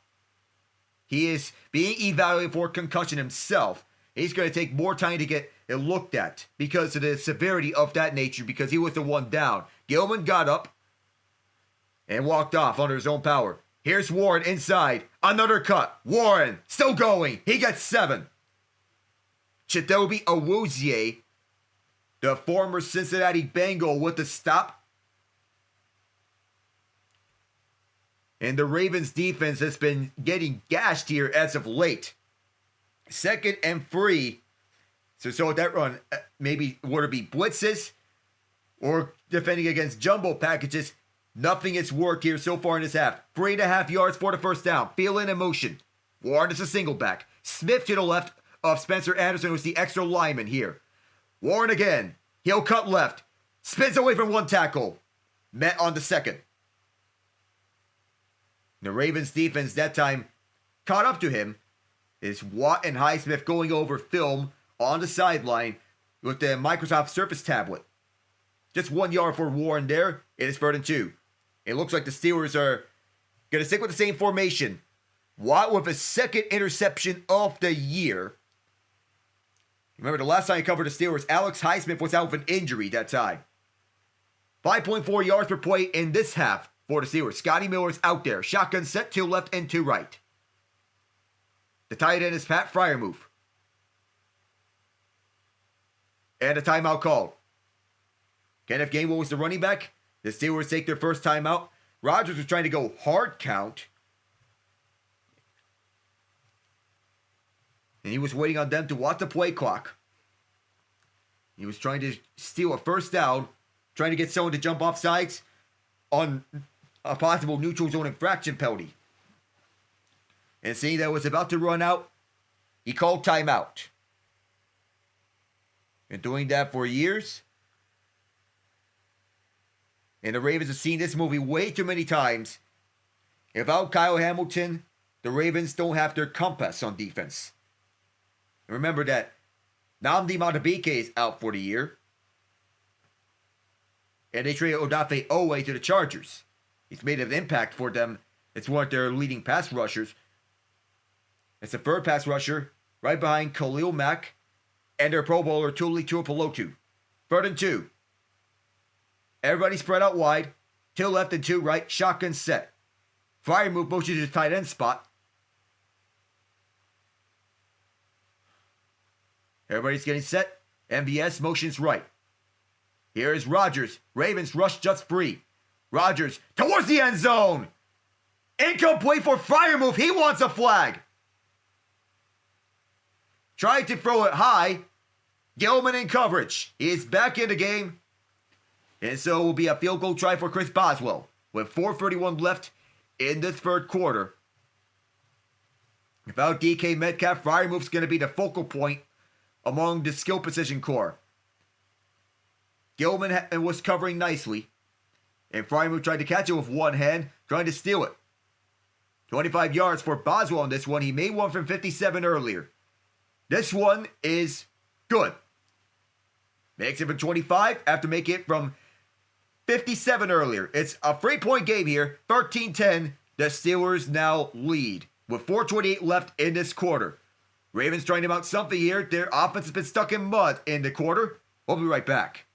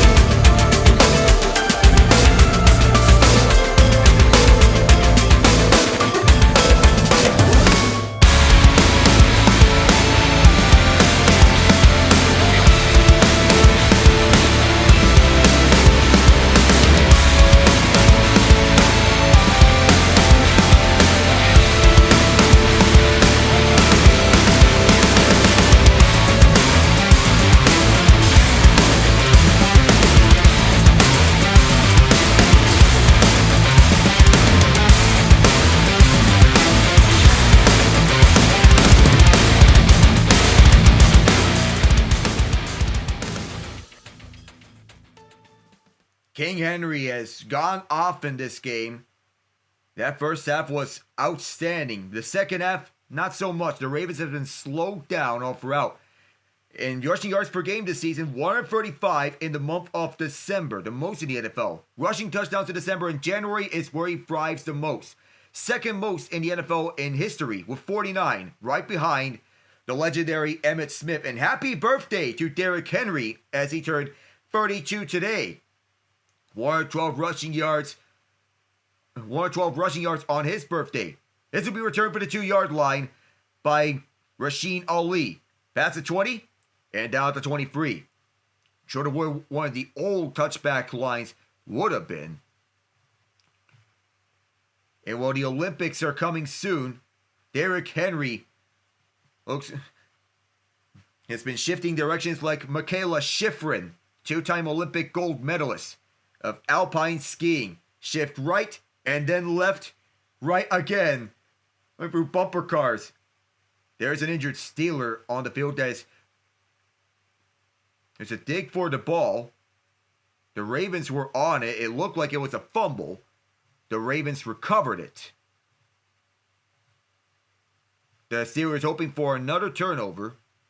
Bruner and Connor Hayward both with a tackle. It looked like Ali was grabbed by the face mask. The knee is down, so it is not a fumble. And Henry up the middle.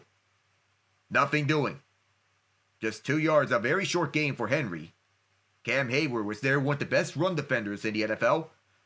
And while Henry has been exceptional, the Steelers have warmed up and decided to take him away from the Ravens' game plan. He has to find that momentum. He began the game with 79 yards on 10 carries in the first quarter, but has since ran for 35 yards on the 7 carries since. Pistol set for the Ravens. They'll go back with King Henry. Henry trying to break free, and he does. First down. 8 yards for him up the left side. And it's very hard to tackle him, much like it's hard to stop a trade. 9 yards for Henry on the left tackle side. This will be the Monday Night Football game, whether it be at Acrisure Stadium or M&T Bank Stadium. With the Texans going on the road, they're not playing a Saturday 4:30 time slot for the first time on Wild Card Weekend. Ricard motions left, toss toward Keaton Mitchell. Mitchell eaten up alive, loss of 1. Highsmith, Harrison, and Hayward all there to collapse on him. Highsmith has been involved on most of the plays on the night, including on the edge. That tip was credited to both him and Cam Hayward with that pass breakup. Highsmith brought down Mitchell as Mitchell broke off one tackle but can't get away from another. Ronnie Stanley also got away with a hold on Harrison. Loss of 1. It's 2nd and 11. 86-10 the total yards in this half in favor of the Steelers. Devontae Walker motions left. He has the only touchdown for the Ravens. It looks like a false start, and they will call it a false start. 2:29 left in the third. We'll see who it's on. That is Walker, the guilty party, and the North Carolina man. Wondering what he did. He's still unsure about it. Ever since that touchdown drive, they only had 2 first downs, including this one. 2nd and 16, and they're going backwards after that first down. Just 1 first down in this half, while the Steelers had 6. 3:05 of time possession and counting for the Ravens, while the Steelers had 9 minutes of time possession. 13-10 our scoreline. Henry, the running back. Ricard, the fullback, lined up left. Jackson looks left side. Ball is tipped. Short of Henry. And once again, the Steelers get another tip at the line of scrimmage. Logan Lee this time. The first-year man out of Iowa. Right after Cam Hayward and Alex Highsmith combined for a tip like it's volleyball with that deflection. Third and long for the Ravens as a whole bunch of terrible towels around here. The Ravens just 2 of 8 on third down. The Steelers wanted to get another stop. Jackson with the Steelers rushing 4. All kinds of time in the pocket. Dumps off middle for Andrews. Well short of the first down.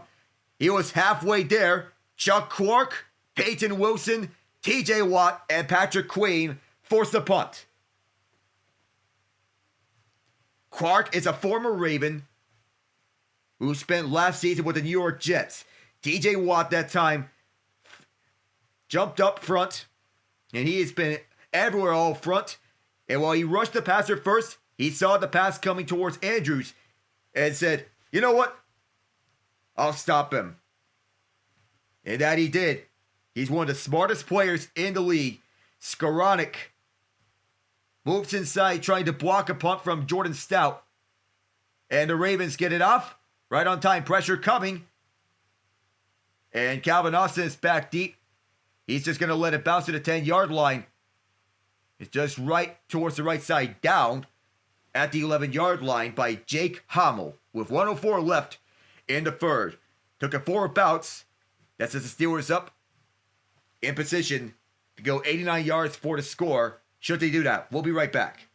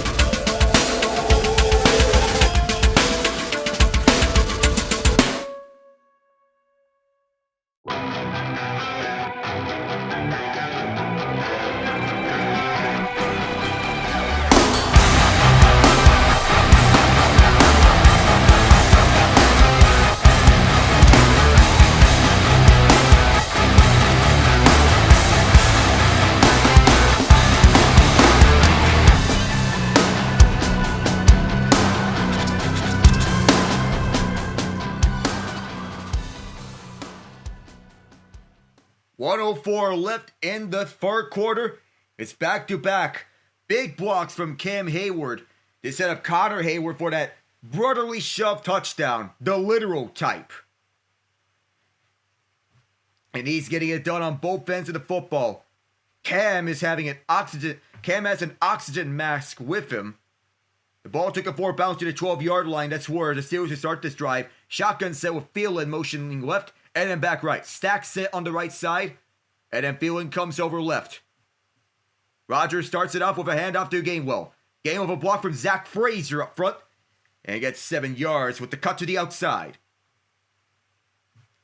Nice photo between Cam Hayward and Connor Hayward over the years, with Connor coming back from the combine, and then teammates together, one another, and the two of them celebrating as brothers on the touchdown. That's where the brotherly connection comes in. 2nd and 4, they'll rule it 6 yards for Gainwell on this run to the right. 4 different players have recorded a rush for the Steelers, not counting the Aaron Rodgers scramble. 2nd and 4, Ravens have 4 players at the line of scrimmage looking to rush. And they do rush 4. Rodgers throwing it, set up right side, good protection, fire move, rumbles for the first down. 6 yards on that tight end screen. And Kyle Hamilton is out for the remainder of the game, as we have just confirmed. Out of a concussion. And that's going to linger large for their defense heading into the fourth quarter. So you're done with the first 45 minutes. The final 15 minutes for the AFC North. It all comes down to this. The Steelers trying to defend a 13-10 lead and punch their ticket to the playoffs up against the Houston Texans, who will await the winner of this game. We'll be right back, everyone.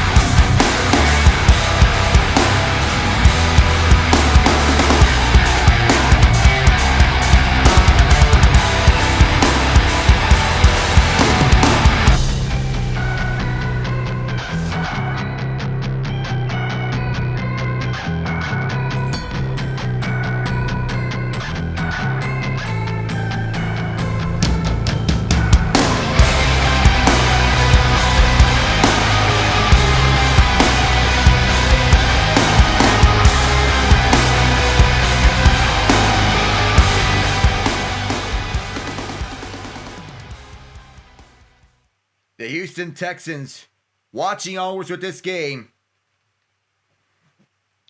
as we're awaiting the winner of the Ravens and Steelers to see who will face the Houston Texans. Breaking news. Former Cincinnati quarterback Brendan Sorsby has committed to Texas Tech for next NCAA season. So Texas Tech gets an addition to their offense. We turn things around after that loss to Oregon in the CFP. On that defensive battle. 2 left and 2 right with an extra lineman on the right, Anderson. Rodgers a quick pass towards the left side. It's Scotty Miller with some speed. Falls down at 5 yards. Chidobe Awuzie tried to intercept it and take it back for a pick 6. However, Rodgers lobbed it up low high enough to avoid that pick 6. Miller has been used on a 4th receiver role with the Steelers, in a 5th receiver role with DK Metcalf on the team, because the primary receivers have been Calvin Austin and either Adam Thielen or Marquez Valdez-Scantling. 2nd and 5. Rodgers lobs it up left side for Gainwell. Flag down, 1st down, pending the penalty.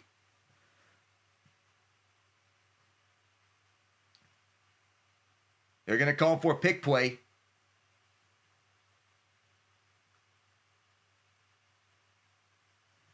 Pat Freiermuth. That pushes the Steelers back 10 yards and wipes off that catch and run for a 1st down from Gainwell. You can go inside and even fade out towards the left for a stick concept. And Loie Gilman, or rather Trenton Simpson, runs right into him, and Freiermuth not happy. That's the 4th penalty against the Steelers in this game. 7 against the Ravens. 2nd and 15 as a result. It's an empty set for the Steelers. Rodgers looks. Dumps off left side. It's Gainwell. Gainwell cuts to the inside. Extra push. to the 26-yard line, and he gets half the penalty yardage back. Half the yardage back after that penalty. It's furthermore manageable, 3rd and 8. Halfway needed for the first down. Arthur Smith calling the shots on offense for the Steelers. A lot of motion and play action.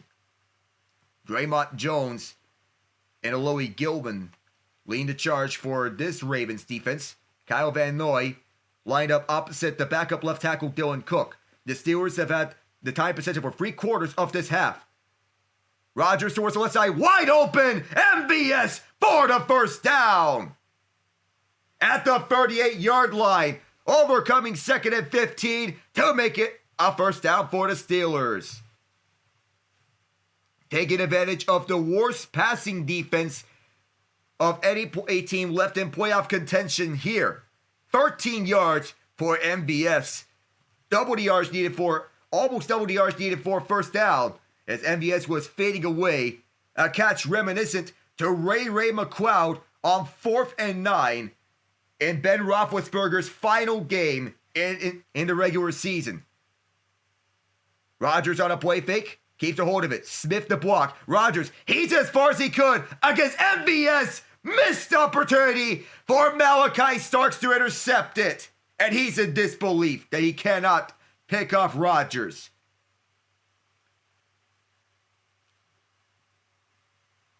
Starks was all over it, one-on-one coverage.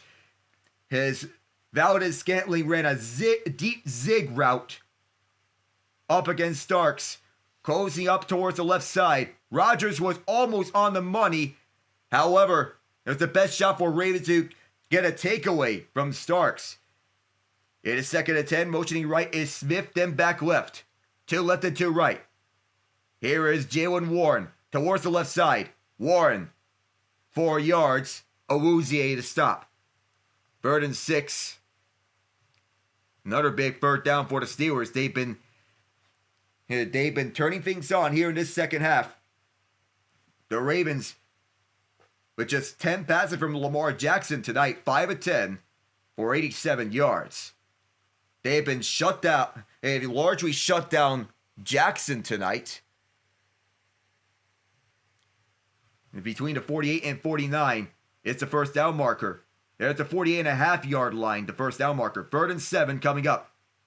Here's Rodgers, feeling pressure. Rodgers gets away from it, and finally, he's brought down.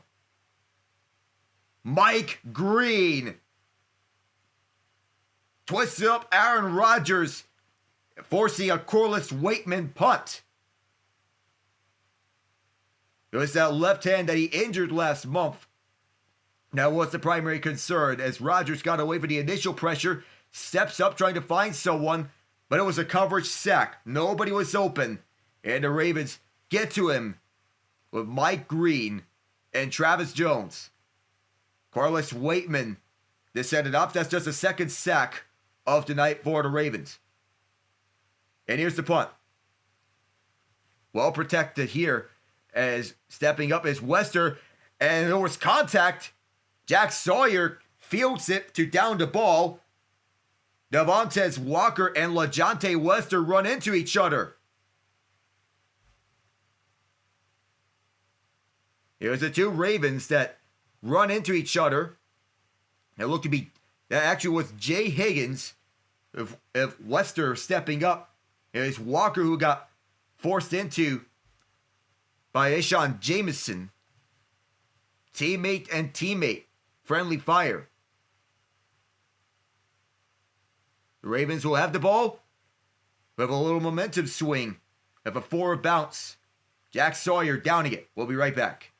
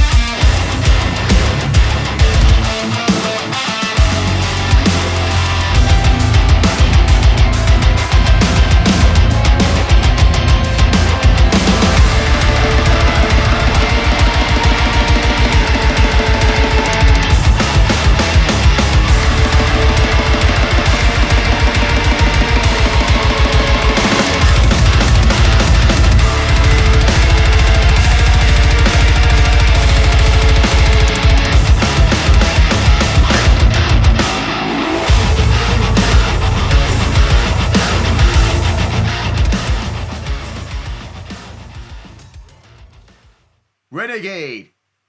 A song that fires Steelers fans up at every turn. The terrible towels continue to wave. They want this defense to be pumped up. They use this song a lot of times for when they need a defensive stop. And here they are at this situation. 1st and 10 for the Ravens, starting for their own 29. Lamar Jackson throwing it downfield. Wide open. Zay Flowers falls down and is stopped by Asante Samuel Jr.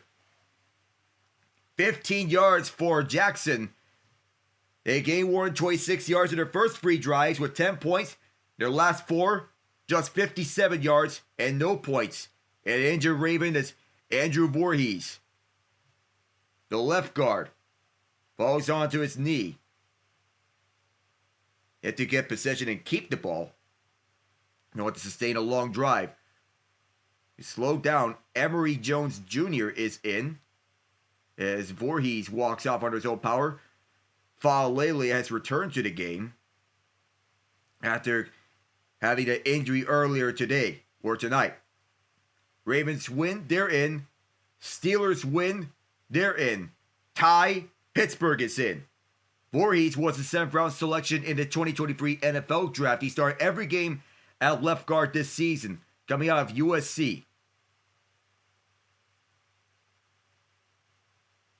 Jackson's only run it twice. Henry had that great first quarter. The hope is for the Ravens that they can go to Henry more so. Cam Hayward has had himself a night.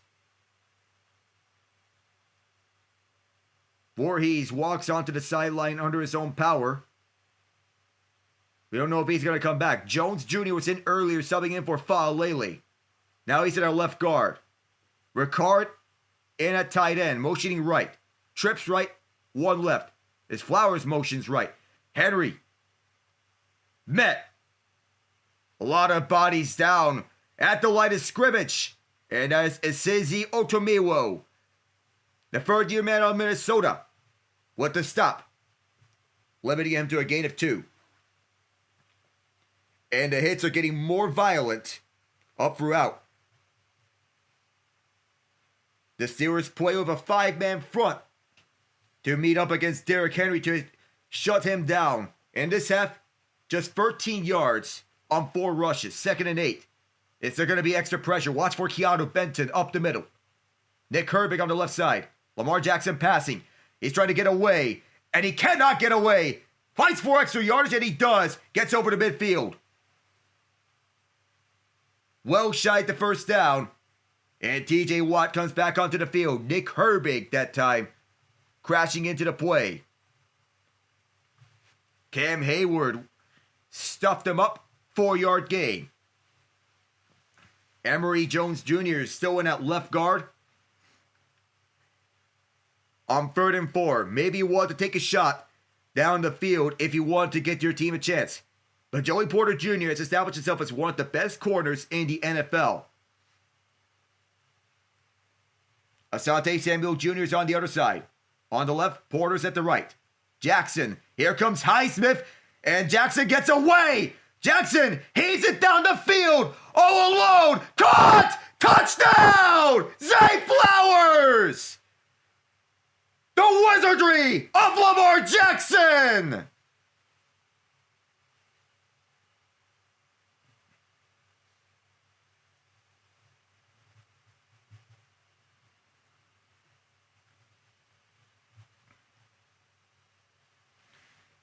Highsmith was left unblocked.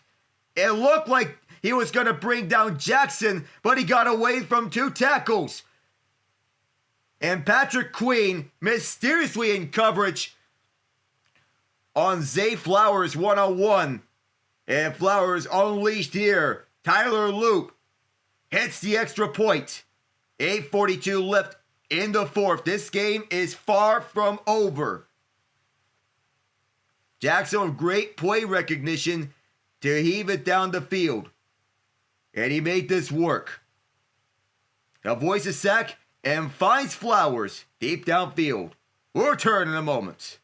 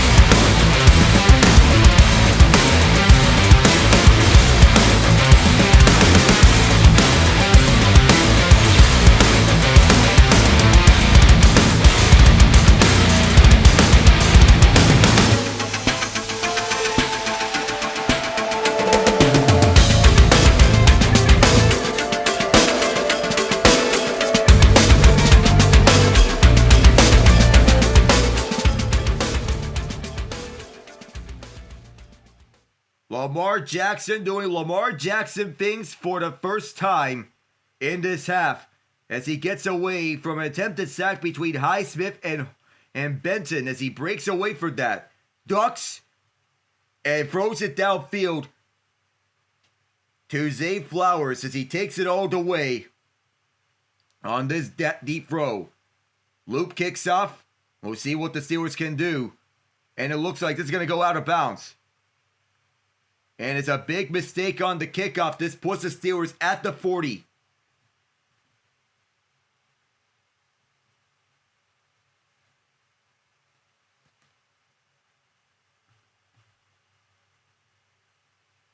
So it is a free kick that went out of bounds. That non-throwing hand, a growing concern for Aaron Rodgers. He hurt that last month. No examination. As he's flexing it. He has some slight grimaces. Holding on. Has some slight grimaces with that non-throwing hand. As we begin this drive. Down 4 as the Steelers need to go for a touchdown. Motioning left is Phelan as he comes back right. 2 wideouts on this play. As Phelan motions back left. Quick throw to MBS. Gonna move some more yardage. And he drives for 7. Jones, one of the players there is Kyle Hamilton. Without him, the Ravens sorely miss him and his presence. Entering that drive before he exited, the Ravens defense held the Steelers to just 3 points and 3.9 yards per play. Off the field, the Ravens have allowed 10 points and 5.2 yards per play allowed. It has been a total flipping of momentum for the Steelers offense with Hamilton out. 8 minutes remain here in the fourth. Ravens lead 17-13. Here it is, Gainwell. Breaks one tackle, or rather Warren. He gets a first down and then some! Right into Ravens territory, past the 40-yard line. 15 yards for Warren. There's more where that came from for the shifty running back. One player slow to get up. It's been a night of injuries for the Ravens. That is Nate Wiggins, who's been superb throughout the first half with pass breakup after pass breakup. And the second-year man off Clemson needs assistance.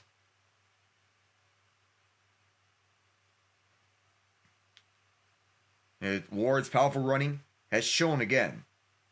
We're going to step away.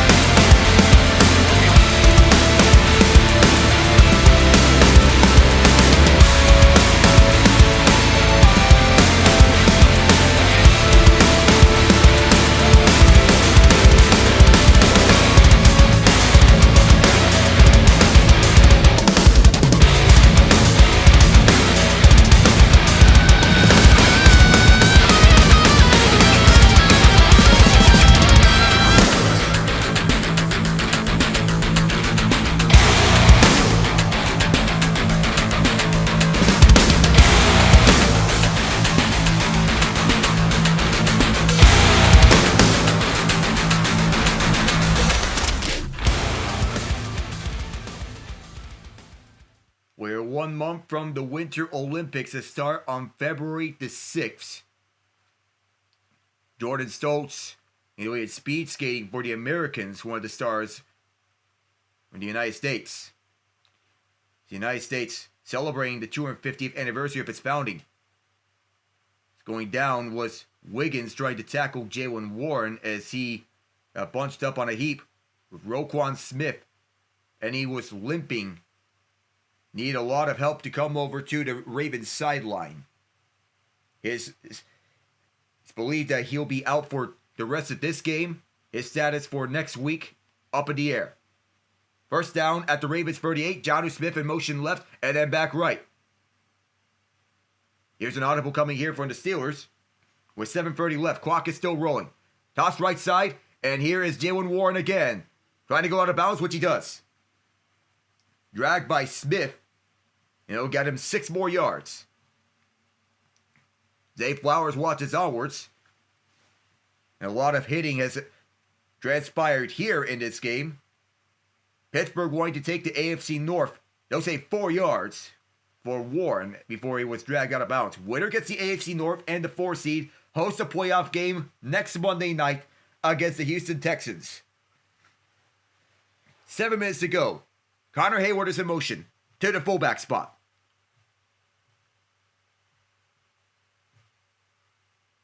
It'll be a play fake. Rodgers has Smith open at the left side. Instead, it's a dump off up the middle for Hayward. A lot more room on that left side with Smith on the catch. Instead, going to Connor Hayward. It'll be 3rd down and 3. You think of the rivalries over the years. And Aaron Rodgers, 25-39 for 196 yards. And all the time, these rivalries take a play or two in which it comes down to. In enemy territory again. A field goal from here will be 49 yards. Empty set for Rodgers. With 3 receivers right. Movement. And this will be the Steelers getting pushed back some more. Gainwell, the guilty party for the false start.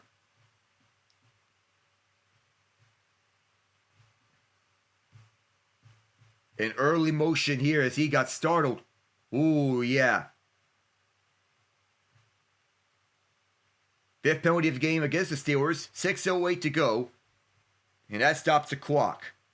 Ravens lead at 17-13. Austin, MVS, and Thielen are the 3 receivers. Gainwell is the running back. The Steelers shift to a shotgun set with 3 receivers right. Ravens rush just 3. Rodgers towards the middle. Open his fire move! Trying to break free! He's down at the 5! 30 yards for Pat Freiermuth! And the fans are loving it! Rodgers is hurrying everyone up to the line. Trying to catch the Ravens off. Late substitution here as TJ Tampa. 3rd catch for Freiermuth. 51 yards on the night. For a tight end out of Penn State. And Cam Hayward is still watching on to his brother. 26-40 for 227 yards now. With that catch from Freiermuth. Play clock is running down. 3 seconds. 2, 1. And a timeout called. The Steelers have just 1 timeout left. It's a little cat and mouse game. And a little hezzy fade. As Aaron Rodgers has made an accurate throw to Freiermuth with an inside route on the hezzy fade. The Freiermuth faking an out route to the right. And then going diagonal up the middle. A designed run for most tight ends. 31 yards for Freiermuth. A big 1st down.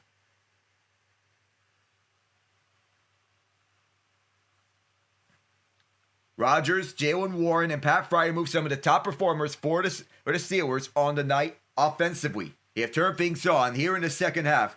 What a difference that it makes. 1st and goal. As the Steelers defense has largely shut down Derrick Henry here in the second half. You cannot let Lamar Jackson loose. Awuzie and Tavius Robinson sub out. hoping for a 7 here. Spencer Anderson is the extra offensive lineman that they have used over and over again. First and goal with 3 receivers on the right. It is Warren. Stuffed. Just 1 or 2 yards. It all depends on the spot. Ready to run this over. Mason Rudolph is the backup quarterback. If Rodgers has some injury concerns. Rodgers gets the green light from Arthur Smith, the offensive coordinator. We're inside the final 5. So if a runner goes out of bounds in the final 5, then that stops the clock. They're going to say 1 yard for Warren. Second and goal. Rodgers is going to throw. Roll out towards the right side. Caught. Smith stopped at the 2. Awuzie with the stop. He is a little slow to get up. And he is jogging onto the sideline. Rodgers trying to get everybody fired up. And over the Steelers side, Rodgers is communicating that the communication is arguing that the communication was out. He is changing helmets as a result. And going back to the huddle. Under the line of scrimmage. Third and goal. It's an empty set for Rodgers. Ball is at the 1.5 yard line. He need to snap it off now. And they tried to get the last time out. And he did. And now the Steelers are out of timeouts. It's 4 down territory. And the Ravens have all 3 timeouts. And now replay assistance becomes all the more important. He knows he's complaining that the communication has been cutting off. And Aaron is calling the game from the line of scrimmage.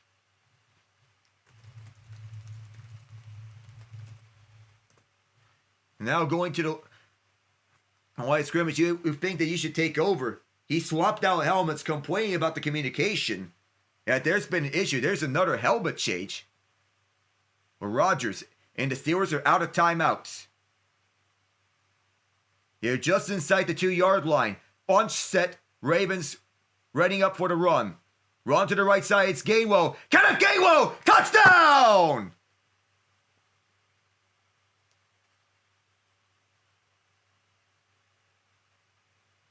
Excellent run blocking to set up Gainwell for the go-ahead score. 8 plays, 60 yards on 453. However, with 3:49 left, that is an eternity for Lamar Jackson and company. Chris Boswell for the extra point. It's up and good. They lead it 20-17. Gainwell from 2 yards out. And the team MVP has found pay dirt on excellent run blocking from Mason McCormick and Troy Fautanu on the right side. They pulled McCormick and Fautanu to set up the open hole on the B gap on the right side.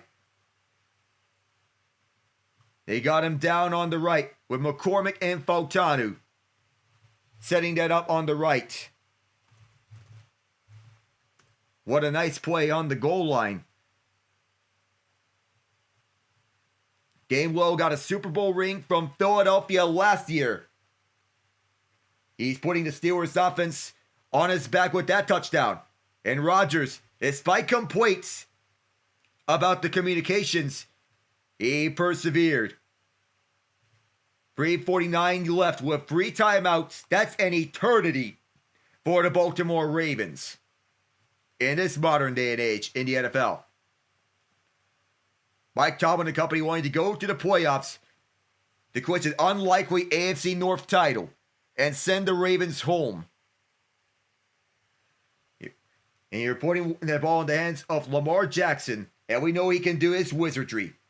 Winner clinches the division and a number 4 seed. All the Steelers have to do is one defensive stop. A field goal will tie this up. Return for the 5. LaJohntay Wester slowed up, stumbles. Stopped at the 26.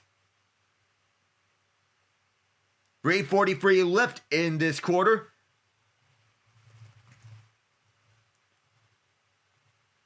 Nick Herbig and the defense all ready and set to go. Looking to get one last stop. Herbig has had himself a night. Alex Highsmith has had himself a night. Cam Hayward has had himself a night. TJ Watt has the only interception of this game off a tip ball from Hayward and Highsmith. Ravens start from their own 27. Henry is met at the line of scrimmage. Once again, it is Hayward and Highsmith who both combine for the stuff. Hayward has been a menace tonight and should be one of the players of the game for the Steelers. Patrick Ricard comes in as the fullback. The Ravens still have all 3 timeouts and a 2-minute warning. Devontae Walker in the game with Zay Flowers on the left. Hayward is lined up against Ronnie Stanley and Emory Jones Jr. Hayward getting the defensive adjustments up to his guys up front, Benton and Harmon. Jackson on a play fake. All kinds of time. Dumps off middle for Ricard, the fullback, trying to get the first down. That's his first catch in over a year. To the 37-yard line, and that's enough for a first down. Ravens trying to get a game-time field goal. Hayward subbed out for this play. As TJ Watt tried to get the edge, but he was blocked up by Rosengarten at right tackle side.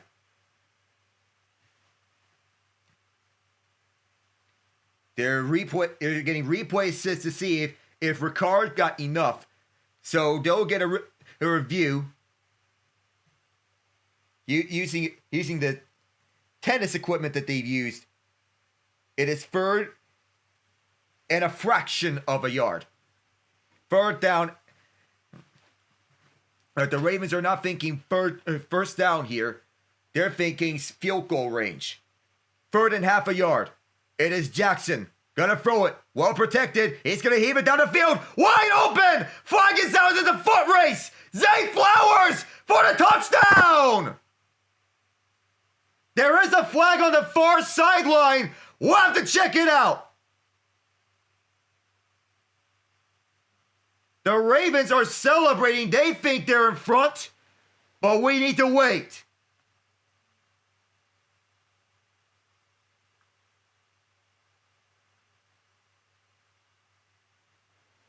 It's a touchdown! There was holding on Joey Porter Jr. behind the defense. And on the third play, Zay Flowers shutting everyone up on anyone questioning his Pro Bowl selection. Devontae Walker and no one else.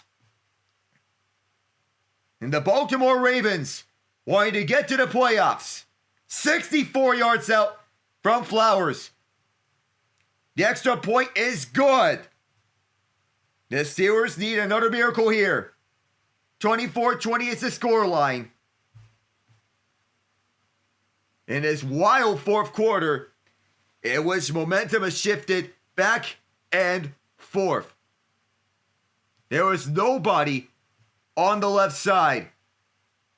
They were not thinking first down. They were thinking touchdown. There was nobody covering Flowers. Nobody was covering him. It was a blown assignment. And everybody was focused on the right side.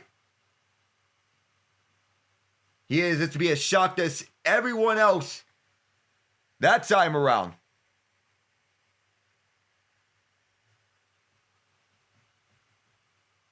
.138 yards for Flowers, who was Pro Bowl bound, as he left all the defenders behind. The Steelers have 2:20 left. They have the 2-minute warning, but have no timeouts to work with because of the helmet miscommunications.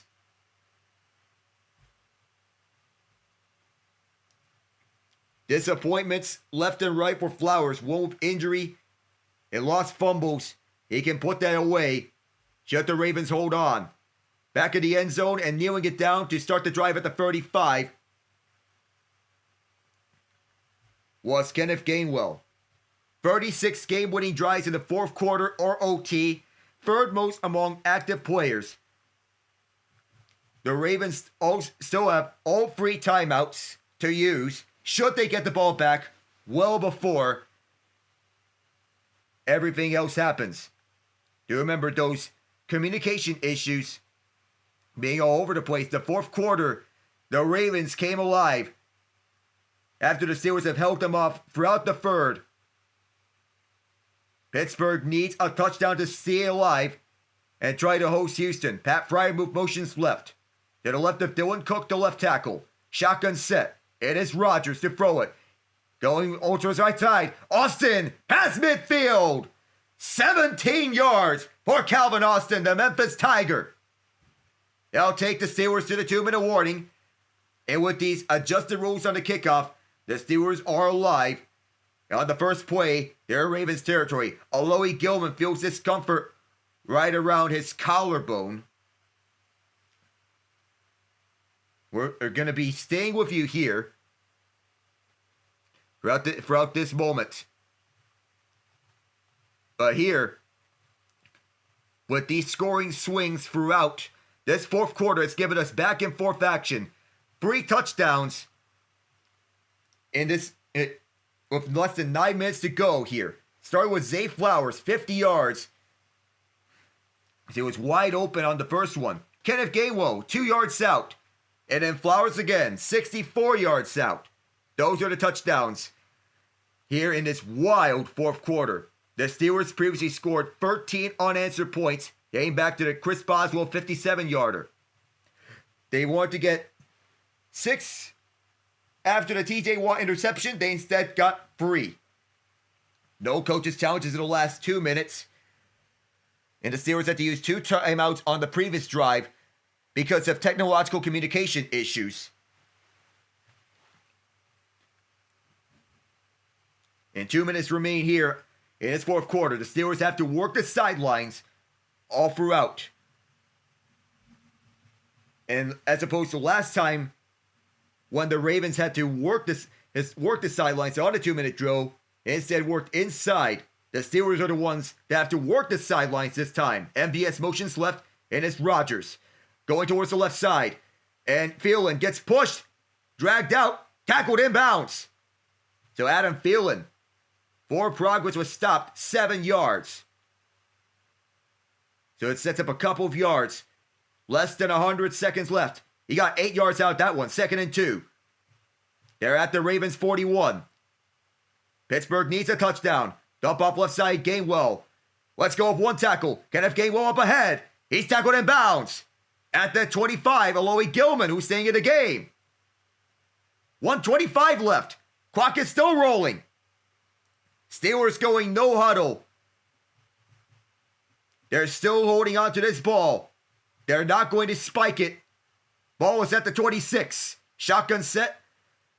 With 2 receivers left. Rodgers pump fakes twice. Now lofts it up on the right. Incomplete. He threw it away.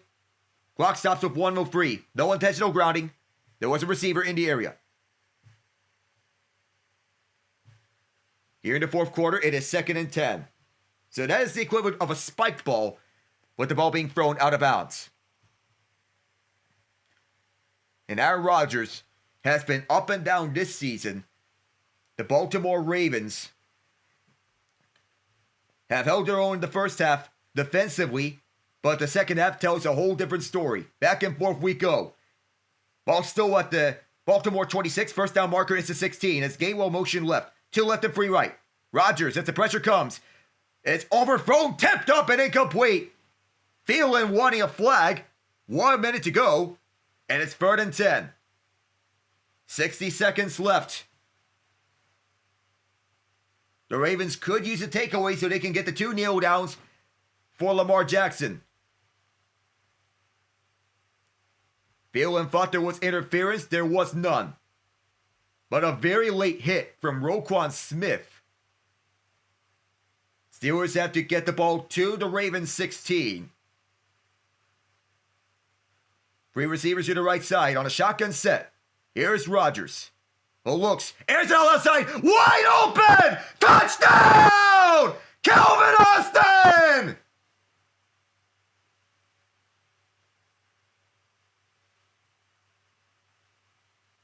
Incredible! In the final minute, 55 seconds remain, and the Steelers are ahead. What a fourth quarter!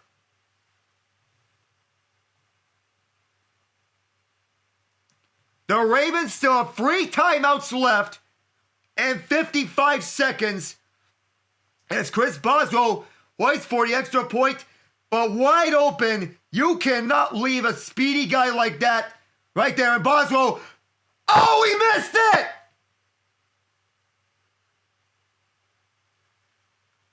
He had not missed an extra point all year long until now.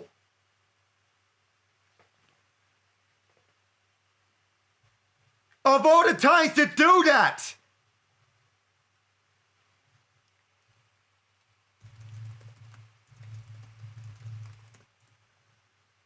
Awuzie slipped up, and that caused a blown coverage right on Austin. Crossed him up several yards away, and that allowed him to break free.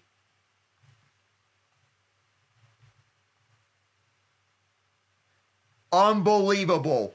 And everything looked fine up until the last moment. He cannot believe it. He made 89 of including the postseason. He's been so reliable as the Steelers kicker. But now a field goal for the Ravens can win the division. The Steelers are looking for a defensive stop. A takeaway would be huge for Pittsburgh. Lamar Jackson has a lot of time with him. 55 seconds and 3 timeouts. Plenty of it. Keaton Mitchell and Rasheen Ali are back deep. Boswell boots it. This will be returned from the 5. And everybody goes. Mitchell with a burst. Mitchell with good running room. And short of midfield. The Ravens need just a couple of yards to win the division.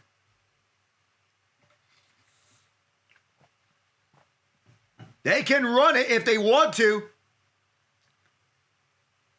But this game has been crazy all throughout. One of the greatest games of the season.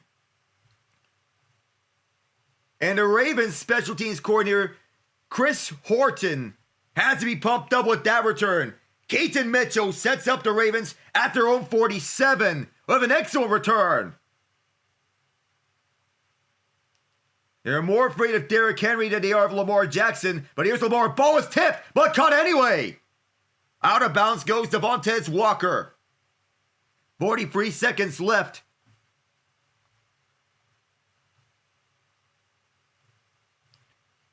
Luke's longest kick is 52 yards. Obviously, he'll like a shorter distance. 2nd and 2 as the clock stops with 43 to go. Derrick Henry is getting the receivers open as he is powerful as a running back and as a pass blocker. Andrews flagged down immediately. Andrews shoved out of bounds. We'll check the penalty. 39 seconds remain. There might be a formation issue.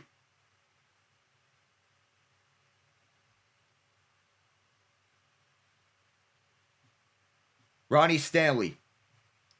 And there's no 10-second runoff. That's been one of the problems for the Ravens throughout the season, where Stanley lining up in an illegal formation. He was not set at the proper side.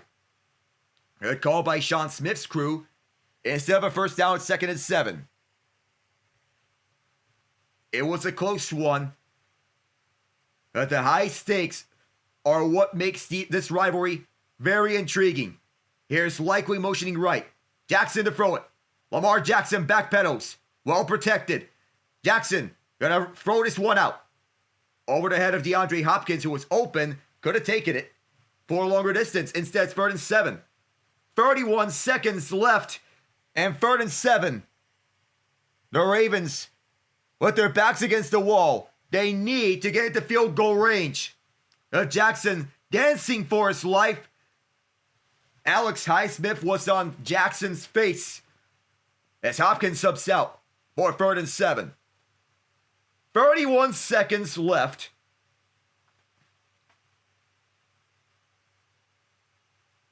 Trips right and motioning left is Walker. On a shotgun set. Steelers send a blitz. Nick Herbig chasing after Lamar Jackson. Shakes him off. Still chasing. Jackson is wrapped up. Throws it away with 21 seconds. It's an incomplete pass, and the Ravens are down to their last life. The season comes down to one play. A field goal wins the Ravens the division. A stop here, and all likelihood it goes to the Steelers. The one thing that you cannot do is throw the ball away. And the Ravens call timeout to get organized. The season on the line. 21 seconds remain. And there's going to be a long discussion about one team's future for the losing team of this game. The winning team will face the Texans. One stop, and the Steelers can run out the rest of the clock. Ravens convert, and they can be in field goal range. They have 2 more timeouts to work with. This game comes down to this play, and certainly the division, for a chance to face Houston in the wild card round, whether it be at M&T Bank Stadium or at Acrisure Stadium. Ball midfield, shotgun set, Flowers motions right. Ravens preparing for the blitz. Going to be a 3-man pressure. Jackson loads it up towards the middle, and it is caught! Likely! Unbelievable! Isaiah Likely jumps up and snags a crucial catch on 4th down. On their last life, the Ravens are in position to steal the division. There was nobody left in behind for the Steelers, and Likely jumps up, takes it away from Jalen Ramsey. What a game this is.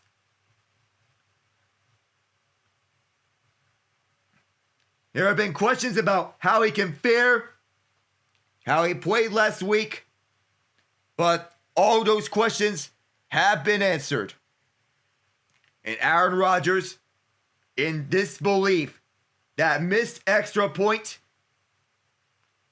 the worst time to miss for Chris Boswell.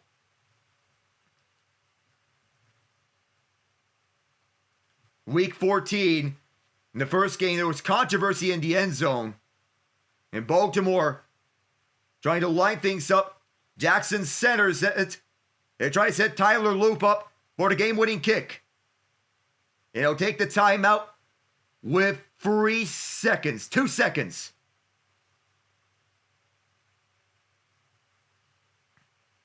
The missed extra point coming back to haunt Chris Boswell at the worst possible time. Tyler Loop have a chance to play hero for the Baltimore Ravens. A chance to face the Houston Texans in the wild card round. He's made his only kick of this game from 40 yards. They went around the clock, and it's all drama. Last year with Justin Tucker. They drafted Tyler Loop this year for moments like this. He now has a chance to play the hero from 44 yards. It's a straightaway kick. The wind is not a factor. Loop for the win. The kick It is up, and it is no good! He missed it! And the Steelers have won a division! Oh my goodness, what a game!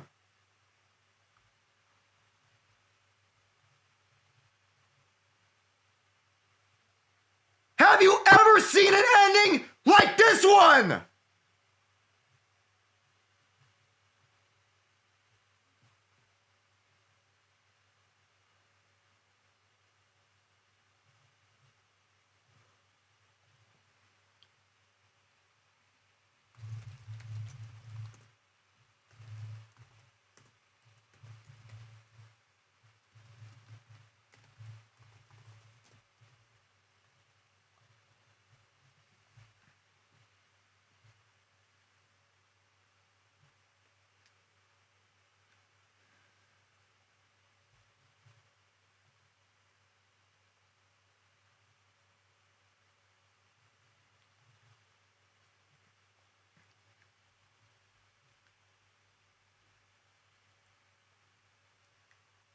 The Pittsburgh Steelers are AFC North champions for the first time since 2020.